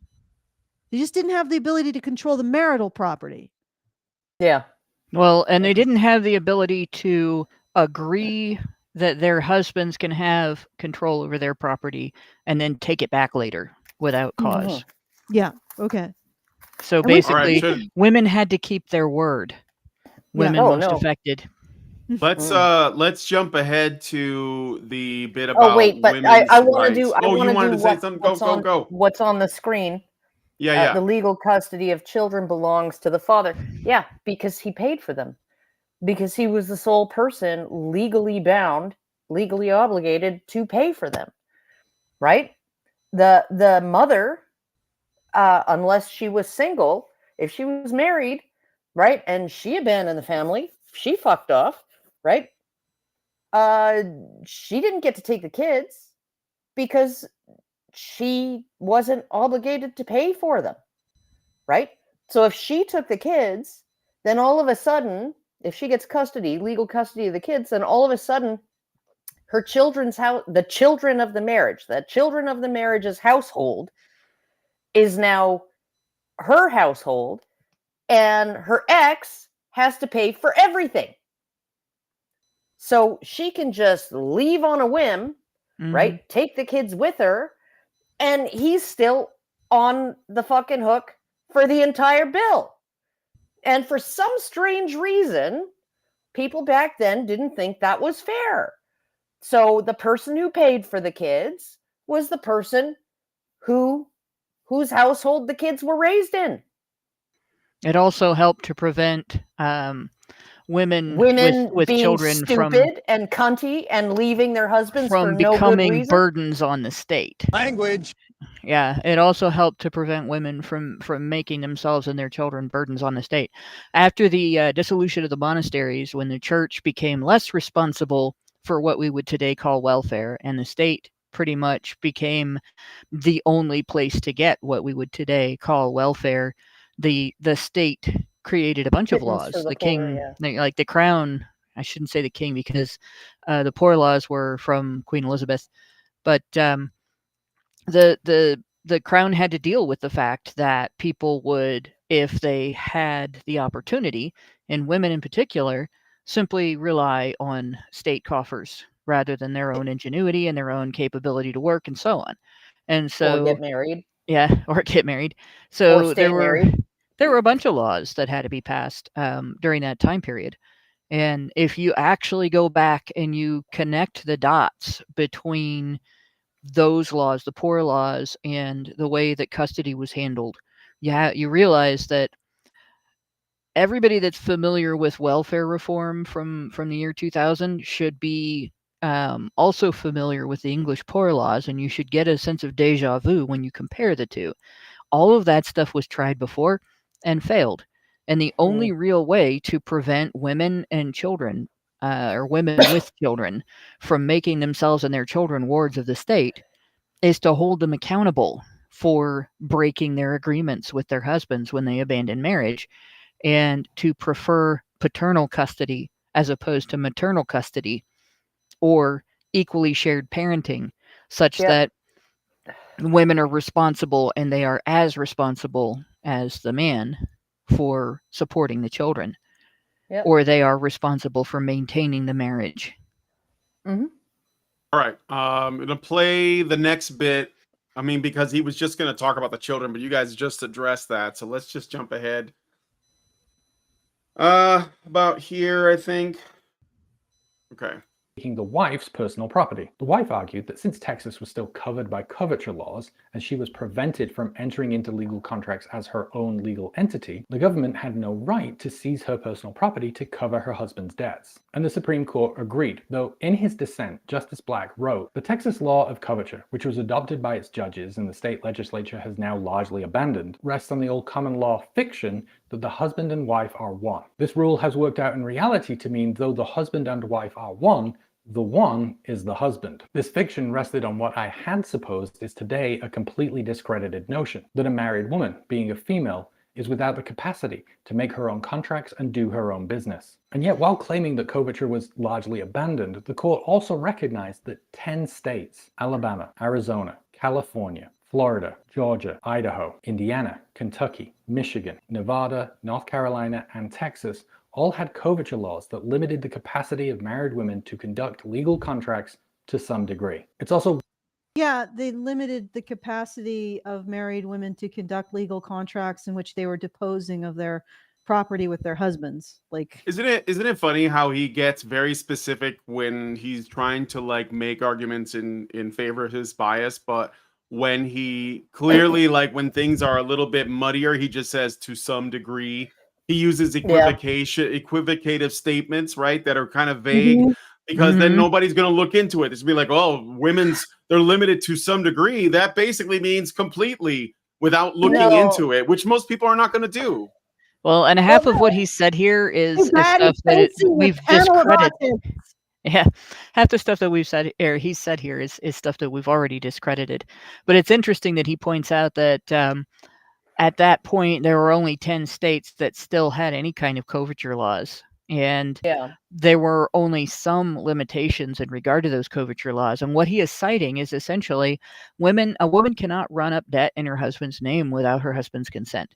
That remained for years, and feminists fought to get rid of that so that a woman could run up debt in her husband's name without her husband's consent. And a woman today can do that. And I have seen men financially devastated by that condition, where women have run up debt in their name, and it goes both ways. A man can in a marriage run up debt in both of their names, and then the wife goes to leave and she discovers that there's all this debt she didn't know about. And so it's a bad thing for both parties. 50-50. It's 50-50. It's like it's the marital property and the marital debt. Yep. You know, and here in Alberta, and I don't know whether they got rid of it yet. But when we were buying this house, right, we were buying it from my mother-in-law, and we had all the paperwork, the mortgage was approved and everything was like ready to go. And then she went to her lawyer and he was like, wait a minute, you mean, I thought John was dead. I thought he was deceased. This changes everything. Right? Well, John was in a long-term care facility for people with dementia and Alzheimer's, and he was non-compos mentis, and but he was still alive. And at some point in the 1950s or something in Alberta, our coverture law regarding dower rights, had been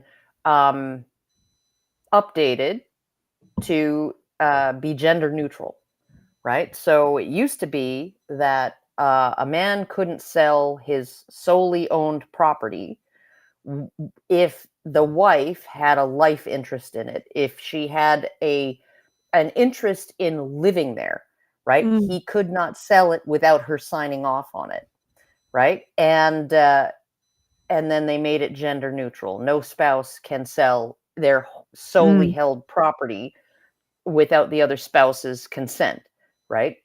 And so my mother-in-law was like, what the hell? So I can't sell my own house. This is my own house. I bought this house. It's in my name only, right? And I can't sell it? You're telling me I can't sell it without his signature, but he's non-compos. He's been declared non-compos mentis, right? I have power of attorney over him. I should be able to sign off on it. And he's like, no, that's not good enough. You have to actually go to court and apply for guardianship over him in order to be able to sign off on his behalf, right? So it was like a big fucking fiasco, right? All based on laws that were designed to protect women from selling their homes out from under them, like absconding with the secretary. It's really interesting. And selling the house out from under because her. There right? are comments under this video that say that their mother or their grandmother had her house sold out from under her. And I was like, wait, what about dower laws? Which would have Yeah, dower prevented that. rights. Different Dower rights. different rights occurred in different countries, and there were Yeah, and in different remedies states, and that took time in Yep. the United States. But I don't but you know, but I don't dower think rights that have was existed. Dower rights have existed for as long as coverture has right. existed, right? You know, and there they- And I are don't think that was an easy thing to do in the United States, even when no, it was it a wasn't. possibility. It was something that you would have to there'd have to be a bunch of legal maneuvering taking place.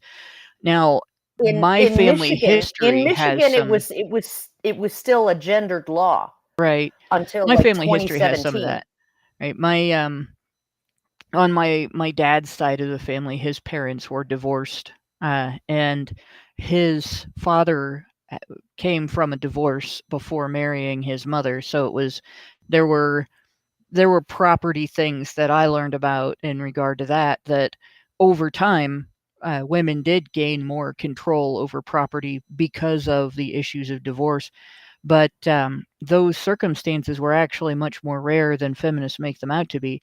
And it did take a lot of clever maneuvering on a man's part. It wasn't just some straightforward, well, he can sell the house out from under her and there's nothing No. she can do about it. Women still had recourse in divorce cases. There was alimony, there was child support, and it was based on income and based on expenses. And there was fault divorce. It wasn't called that, but basically, if the husband cheated and then left, the court punished him for it financially. If but if the wife cheated, if the wife cheated and left, the court didn't always punish her financially. They might punish her in terms of deeming her Not- unfit as a mother, and so she couldn't get custody. not awarding her alimony. Yeah, not awarding Right. her as much alimony. And of course, if she remarried after the marriage was over, alimony would end, right? And Yeah. so there were things. There was more accountability in terms of getting divorced during that time period. So I have my doubts that a woman was in a situation where a man was just able to sell the house out from under her during a divorce, or Especially if she'd lived in it for any especially period if of she'd time. lived in it for any period of time. Can It I- just seems like there had to be some other factors going on there that aren't being mentioned here. Can I just point something out? The way that he discusses the states that still had coverture laws Mm-hmm. suggests that there's some kind of horrible conspiracy, when in fact it's just like, as I said, the persistence of law. A lot like British common law, the states adopted a lot of British common law. So it probably was a situation where you had a blank slate, you grabbed some law from somewhere, right? And then if it didn't apply, then you worked with it to make it work with your situation, right? So they just grabbed British law and saw if it applied for their situation, and then changed things, which is what they did. The law didn't work for American women, they changed it. And he's constructing this narrative like the fact that they didn't just invent law whole cloth out of women's needs from day one is oppression of women. It isn't. And law it's is funny a very because conservative institution. the evolution of how law was created all ran along lines of male obligation, right? From back in the King John days, where the barons actually had to go to war with the king in order to enforce the right of at least the people who were financing the king's wars to have a say in the king's lawmaking. And then this had to be done again when his son. Financing and prosecuting, because they were financing and prosecuting. They all had to fight, or they had to send their own mercenaries, their own subjects, and so the whole parliamentary system evolved out of Common Council.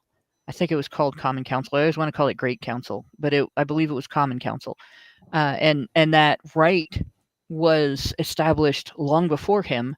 And he disrespected it. He chose to ignore it, and that's what the First Baron War came out of, what the original iteration of the Magna Carta came out of, what the entire parliamentary system came out of, and what all of English common law after that evolved out of. Then there had to be a second Barons' War against his son for the same reasons, pretty much, that the king was ignoring the council and basically saying, no, I'm going to spend your money and I'm not going to talk to you about how I'm doing it.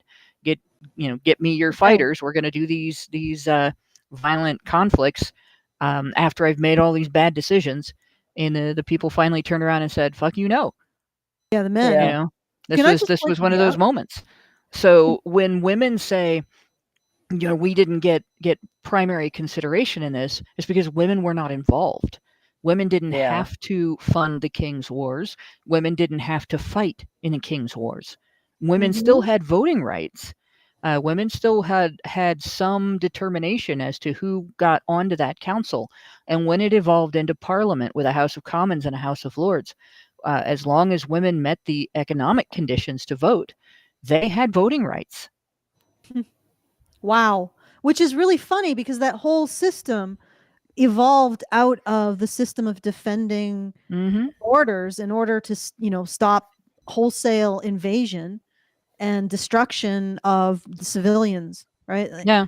Voting And rights have never not been for men tied to the condition that men defend the country. protect the state that gives them those rights. Right. And that's like there's absolutely no getting around that. And it really hit home when I was researching an argument that feminists made about black men's suffrage. And they were, because I was pointing out that suffrage has been tied to service in wartime.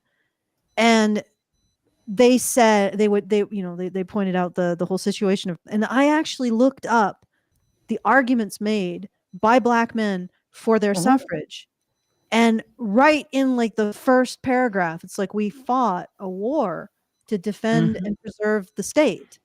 So we have done our duty, and now we, humbly present the case to be given suffrage. And that's another difference. You can find it all over, the universal suffrage in the UK, right? All over the debates.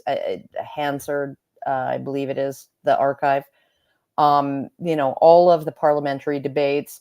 The thing that really came out was, if he's fit to fight, he's fit to vote, and that there are no classes in a foxhole. That all men earned this right. And you look at how they implemented suffrage. They implemented it for all men 21 and over and all women 35 and over, right? And that was because so many men had died in World War I that they did not want to create a supermajority voting bloc made up solely of women. So the 21-year-old women had to wait for a while before they got their vote, right? Until the population of males had somewhat recovered. In Canada, you look at the first women to be given suffrage, right? The first women were something like 2,000 military nurses in World War I, who were simultaneously with men who served, given the vote at age 18, which is the age at which you are legally allowed or required to serve. And in conjunction with their conscription legislation that called 18-year-olds to serve, they gave 18-year-old men, male conscripts and service members, all of them, and any female service members who were currently serving, right, gave them the vote at age 18. Good job, Canada, right?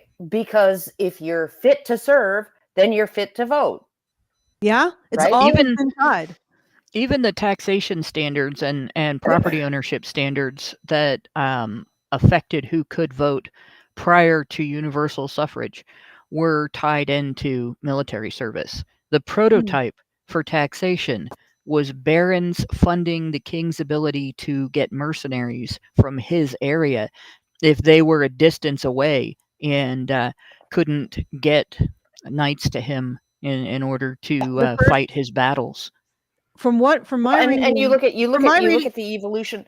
evolution of suffrage in the UK too. I think it was after 1860, there were a lot of men who were on the voter rolls who did not qualify to vote, right? I think at that point it was about 60% of men were allowed to vote who didn't technically qualify. Well, why didn't they technically qualify?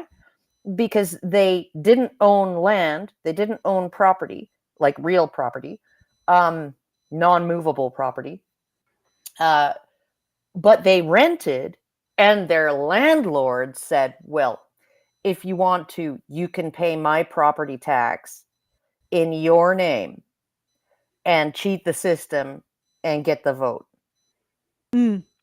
But from my reading, just to get back to the system like that led to the Magna Carta, prior to being able to buy their way out of service, barons, or I think they were like jarls at the time or something, but they would have to jarls. They would have to actually serve. So that it started where you'd have a king, his bondsmen would be obligated to serve in his wars, and then it evolved to if they could pay their way out of that, then they could not do this. So that's where the taxes come in, is paying your way out of having to serve in war. But this is the thing, like the whole edifice, like all of the state that we understand it to be in the past could be seen more as a simple utility of defending the borders, and that's it. Mm-hmm. There's just it, and the thing is that we look at the past and we say, well, women didn't have a say in it. Well, women don't really have a say in water, like the sewer system utility.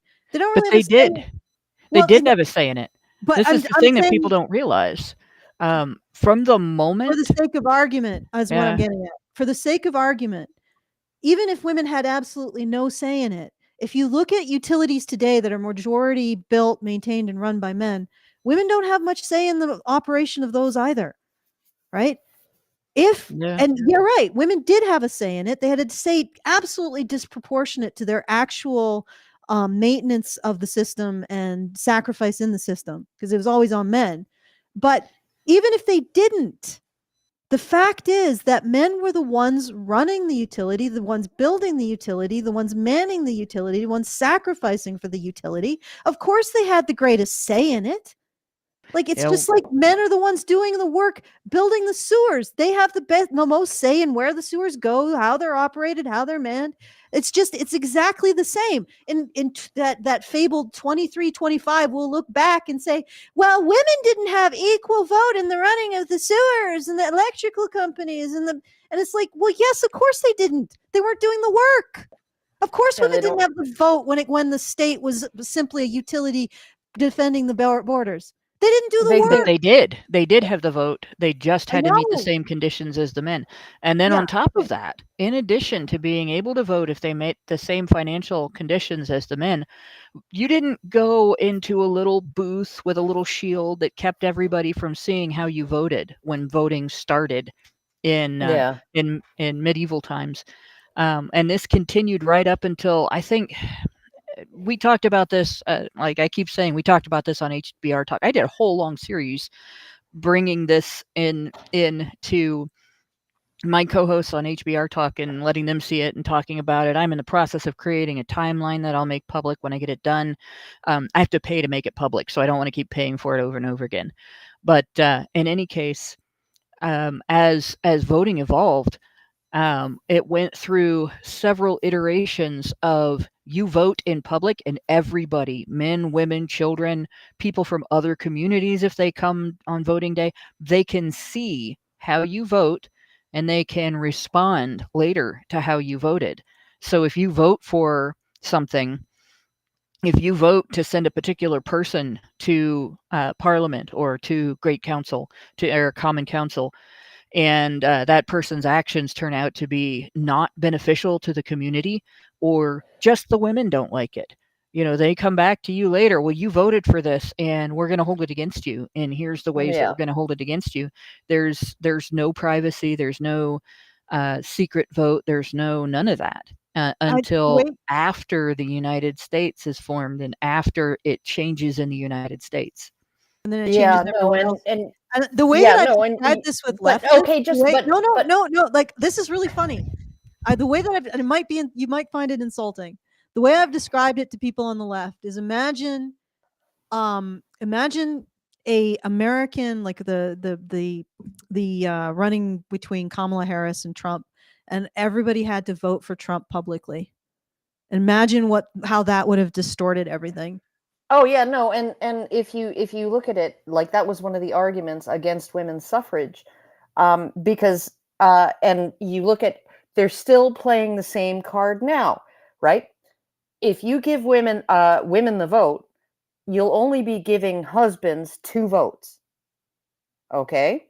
And then Kamala Harris comes out with a campaign ad where reassuring women that your husband doesn't need to know who you voted for in the privacy of the voting booth. You can lie to him and say you voted for Trump when you really voted for Kamala Harris.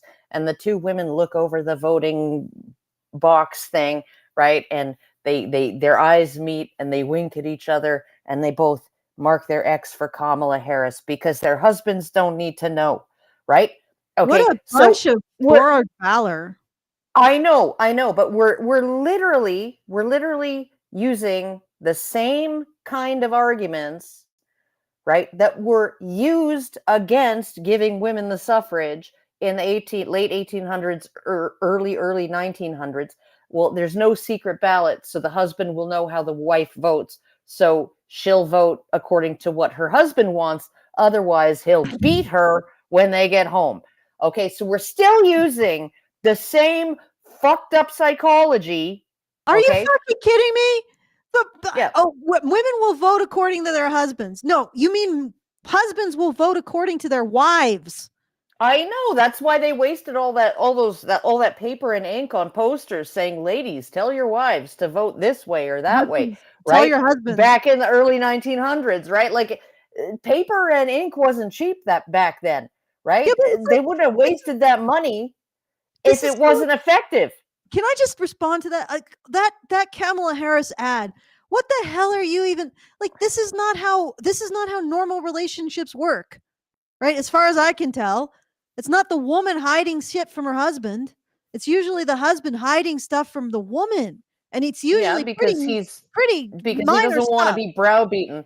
Yeah, and like henpecked. taking a nap in his car on the way home from work, getting an extra round of, I don't know, hell divers in secretively behind her back, being able to pursue his own interests without her oversight or nagging. Like this is the problem with this is that control freakery, according to the CDC, the Center of Disease Control, is more of a female activity.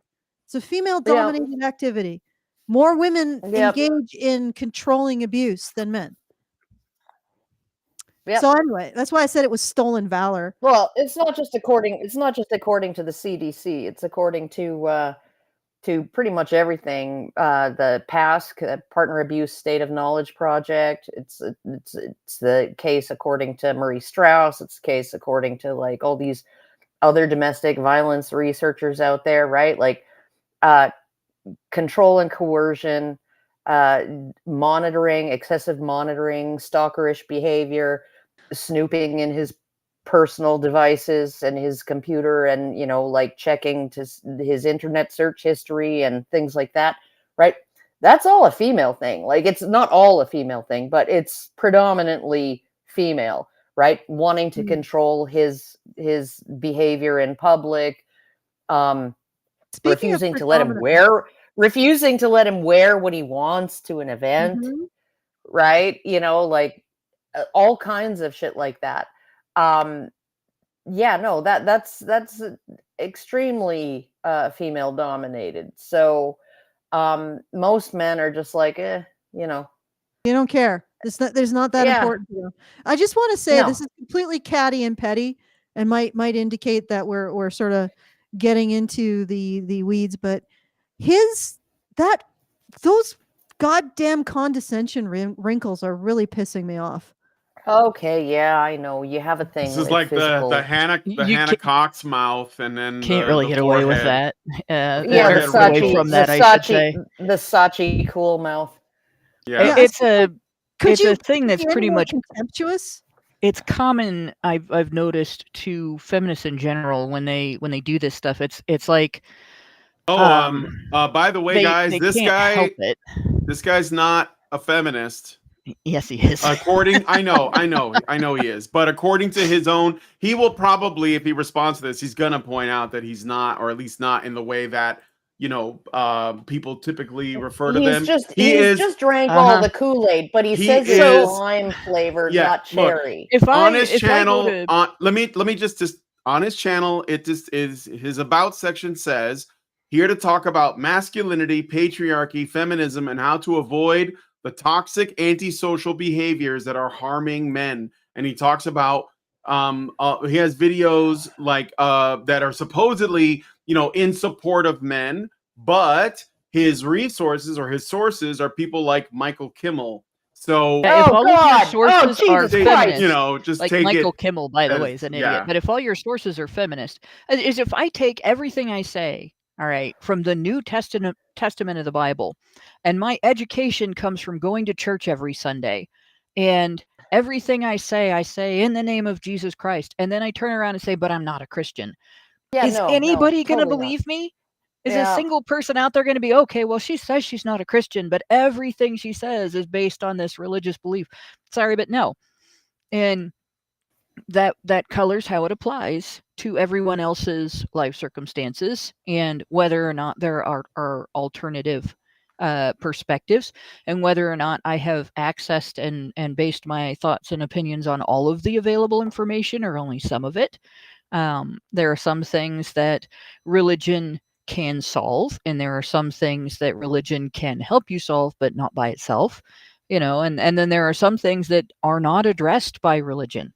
And his belief in all of this feminist ideology is a religious belief. I know a lot of people don't like to consider feminism to be the same as a religion. I would equate it more in terms of a cult than an actual religion, because it's not functional the way religion can be. But Paul Nathanson has an interesting interview out right now. I'll send the link to you yeah, guys it's absolutely feminism. Okay. Patriarchy theory equates men to both God and the devil. And yes, toxic masculinity, so-called toxic masculinity, and so-called misogyny, those are men's original sin. And then at the same time, feminism equates women as the protected human class, not that men are considered to be human. And so everything that he is saying is coming from that perspective. Even if he doesn't want to be called a feminist, you don't get to take everything you say from an ideology and then not claim to be following that ideology. If you are following something else, then that should be evidenced by the fact that everything you say comes from something else, with maybe a few exceptions where that ideology provides information that you can't get elsewhere. It's not the name, it's the belief systems that they're right. It's the belief systems. And to call himself the ex-patriarch, right, that is strictly based on feminism's patriarchy theory, right? There is no outside of feminism equivalent of feminism's patriarchy theory. There's which I keep saying theory, it's really not, it's conjecture. Yeah, okay. But I think there's like definitional context, that you could use in terms of patriarchal societies, blah blah blah. The father is the CEO of the household and things like that. They don't really right? match up to what feminism's patriarchy conjecture alleges. Like nothing outside of feminism has that same victim narrative. Yeah, no, I agree. It's like there's patriarchy, and then there's all caps, the patriarchy, TM, right, trademark, yeah, and that's what he's going with here. Okay, can I just get in here for a sec? Because I know that I in fact I suspect that his conversation is going to go into a completely different area, which will inspire additional conversation from both Hannah and Karen. So I'm thinking that we can save this for maybe next week. Yes, I got a maybe thumbs 2 up weeks from from Yeah, Brian. now. that sounds good 2 weeks because from now. yeah, or- it's Yeah, gonna. I might not it's- be able next week, but But we'll put a pin in it. We'll We'll figure it out. yeah. figure it out. Yeah. We'll bring Well, it Hannah is back 11:15, and I haven't had breakfast yet. Yeah, so. neither have I. And but like we'll continue this. I just know, knowing Hannah, knowing Karen, knowing the next topic. Yeah, that it's I another 2 did a hours. whole video on the next topic, so So yeah. it's another. So let's just let's say this is good. And I just want to I have like stuff I wrote out. I have like 3 pages that I wrote out based on all my comments and talking points that I did in the video itself that I haven't even got to. But hopefully we'll be able to do that next time.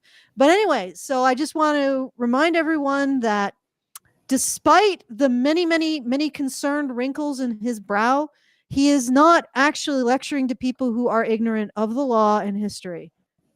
I mean, he can put even more wrinkles, but it won't change the fact that all 3 of us are very researched in He these can't topics. help. He can't help his wrinkles. We shouldn't Yeah. shame him for the things that Well, are I mean, outside of his control. We're old. We can wrinkle if we just like Yeah, but show if we things. have Speak like for concern- yourself, Anna. But I Well, am- I've been wrinkled for a The thing long is, time, we so don't- do we do this in a the expression? dude, I can't even. if you're talking about the smug concern trolling of leftists, tell me about it. I've seen well, it if I for use years. my so- bifocals, I can look smug. Okay, See, let me- I'm let me looking see at if I you can guys get like the- this right now. If I can Yeah, get that's this pretty wrinkle smug. action going. Actually, this is the only way I can get stuff on the screen to be in focus. What's the matter? Don't you read? Yeah, Okay, well, exactly. But close this Yes, out. that's why I Allison. need Let's- this yeah, part of but my glasses. despite all of the wrinkles of smugness, and I'm not trying to shame his wrinkles. I just know why they're there. Because there's a lot of contempt towards our ability to read as women. Well, sorry, as non-feminist women, our ability to understand law and history, and also our ability to call out this just imputations of malice where there's no reason to have them. Like the Yeah. law changes slowly. Circumstances change. Sometimes the law doesn't address the circumstances for women immediately because the law is a conservative institution. You There's don't a have to thing appeal. called lag. Yeah, you don't have to appeal to male. Patriarchy is the god of the lag, right? Every time the law lags, that's men hating women. No, it's just Yeah. the law being a conservative institution. That's it. Yeah. You don't have to read malice into it. And in fact, And every it time says it a lot gets that you every do. time it gets progressive, there's like serious unintended consequences. Yes. For It men. might just be that government is not the end all be all solution to all things occurring in human civilization. And it Yeah. might just be that every time you try to micromanage human relationships, whether it's loving relationships, economic relationships, neighborly relationships, or whatever, you create those unintended consequences and you cause more problems. And then Yeah. feminism comes in and looks at that situation and says, men did this on purpose to oppress women. Yeah. Mhm. Yeah. And that's the thing. We have the research and the knowledge to push back on that. And we did. Mhm. And that's where my statement comes from. It's a very challenging statement, but we need the space to talk about feminist patriarchy not being real. Well, first of all, Because it's never it's been not. proven. Because it's not. All right. It's just not. And this entire like going back to 1850 and finding a Guardian article written by a feminist lawyer about law, like the equivalent, an opinion piece by a feminist lawyer, and then presenting it as fact. All right, no, sir, don't, no, you don't get to do that. Anyway, so we will continue in the next installment of the Rantzerker. Well, maybe not the next installment, but the installment. We'll work it out. So, but if you enjoy this content and you want to send us a tip and a comment, you want to attach a comment to the tip, you don't have to have a comment with your tip. You do so at feedthebadger.com/justthetip. It's just a really good way to send us because those things stay in our community and we can ponder them. So feedthebadger.com/justthetip to send us a tip. I do want to do a shout out to Anonymous who put in $2,000 in the fundraiser. Woo! I know, like, geez, What? thank you, Anonymous. All right, here we go. Very much appreciated. Holy. Yeah, it's That's and pretty here- awesome. Yeah, it is. We are very close to our goal. You know, it's like 300 and 300 and let me just double check here. That actually puts the total from anonymous at 4,000 for the month. Oh, Well, Jesus. assuming it's the same anonymous. Yeah, assuming it's the same anonymous. We can't assume that. Yeah. $385 left for the goal. I'm probably going to do an additional. What I'm going to do is I'm going to do an additional goal above that for the true dope tax that I have to pay, and then once we get that sorted, I want to get a Christmas bonus for Brian. And Hey, thanks, Allison. yeah, and I mean, we'll see if it works out. yeah, well, no, it will. It will. I know these guys. They'll pony up for a Christmas bonus for you, and if we can get a Christmas bonus, we'll also try for Hannah as well. But you know, I'm gonna do Brian first, then. Oh shit! I just created a hierarchy. I'm really sorry. Well, I kind of created that hierarchy when I refused to get paid for what I did until after the guys got paid. So Yeah, that kind of because I am not going to leave my primary source of income to do this full time. So that's fair to make me last on the list of people that get paid. well, I'm first though. Yeah. So there you go. You know what? I always felt bad about that, but then I'm like, well, this wouldn't exist if I. I was didn't- gonna say we don't want to try doing this without you. So Yeah, nobody wants to be woken up at 12 a.m. by the Canadian Revenue Agency about fucking GST. Oh, good Lord. Anyway, so feedthebadger.com/support if you want to help us out. 385 left to go for this goal. And back to you, Brian, for doing all the things, the remainder of the All things. right. Yep. The things that I'm not. Okay. haven't done. Right. Oh, okay. So if you guys like this video, please hit like, subscribe if you're not already subscribed, hit the bell for notifications, leave us a comment, let us know what you guys think about what we discussed on the show today. There's a link to this full-length video that we're responding to in the description, so you can watch it yourself. And please, please, please share this video because sharing is caring. Thank you so much for coming on today's episode of the Rantzerker, and we will talk to you all in the next video. Men's rights activists are machines, dude. Okay? They are literal machines. They are talking point machines. They are impossible to fucking deal with, especially if you have like a couple dudes who have good memory on top of that too. Holy shit, you're fucked.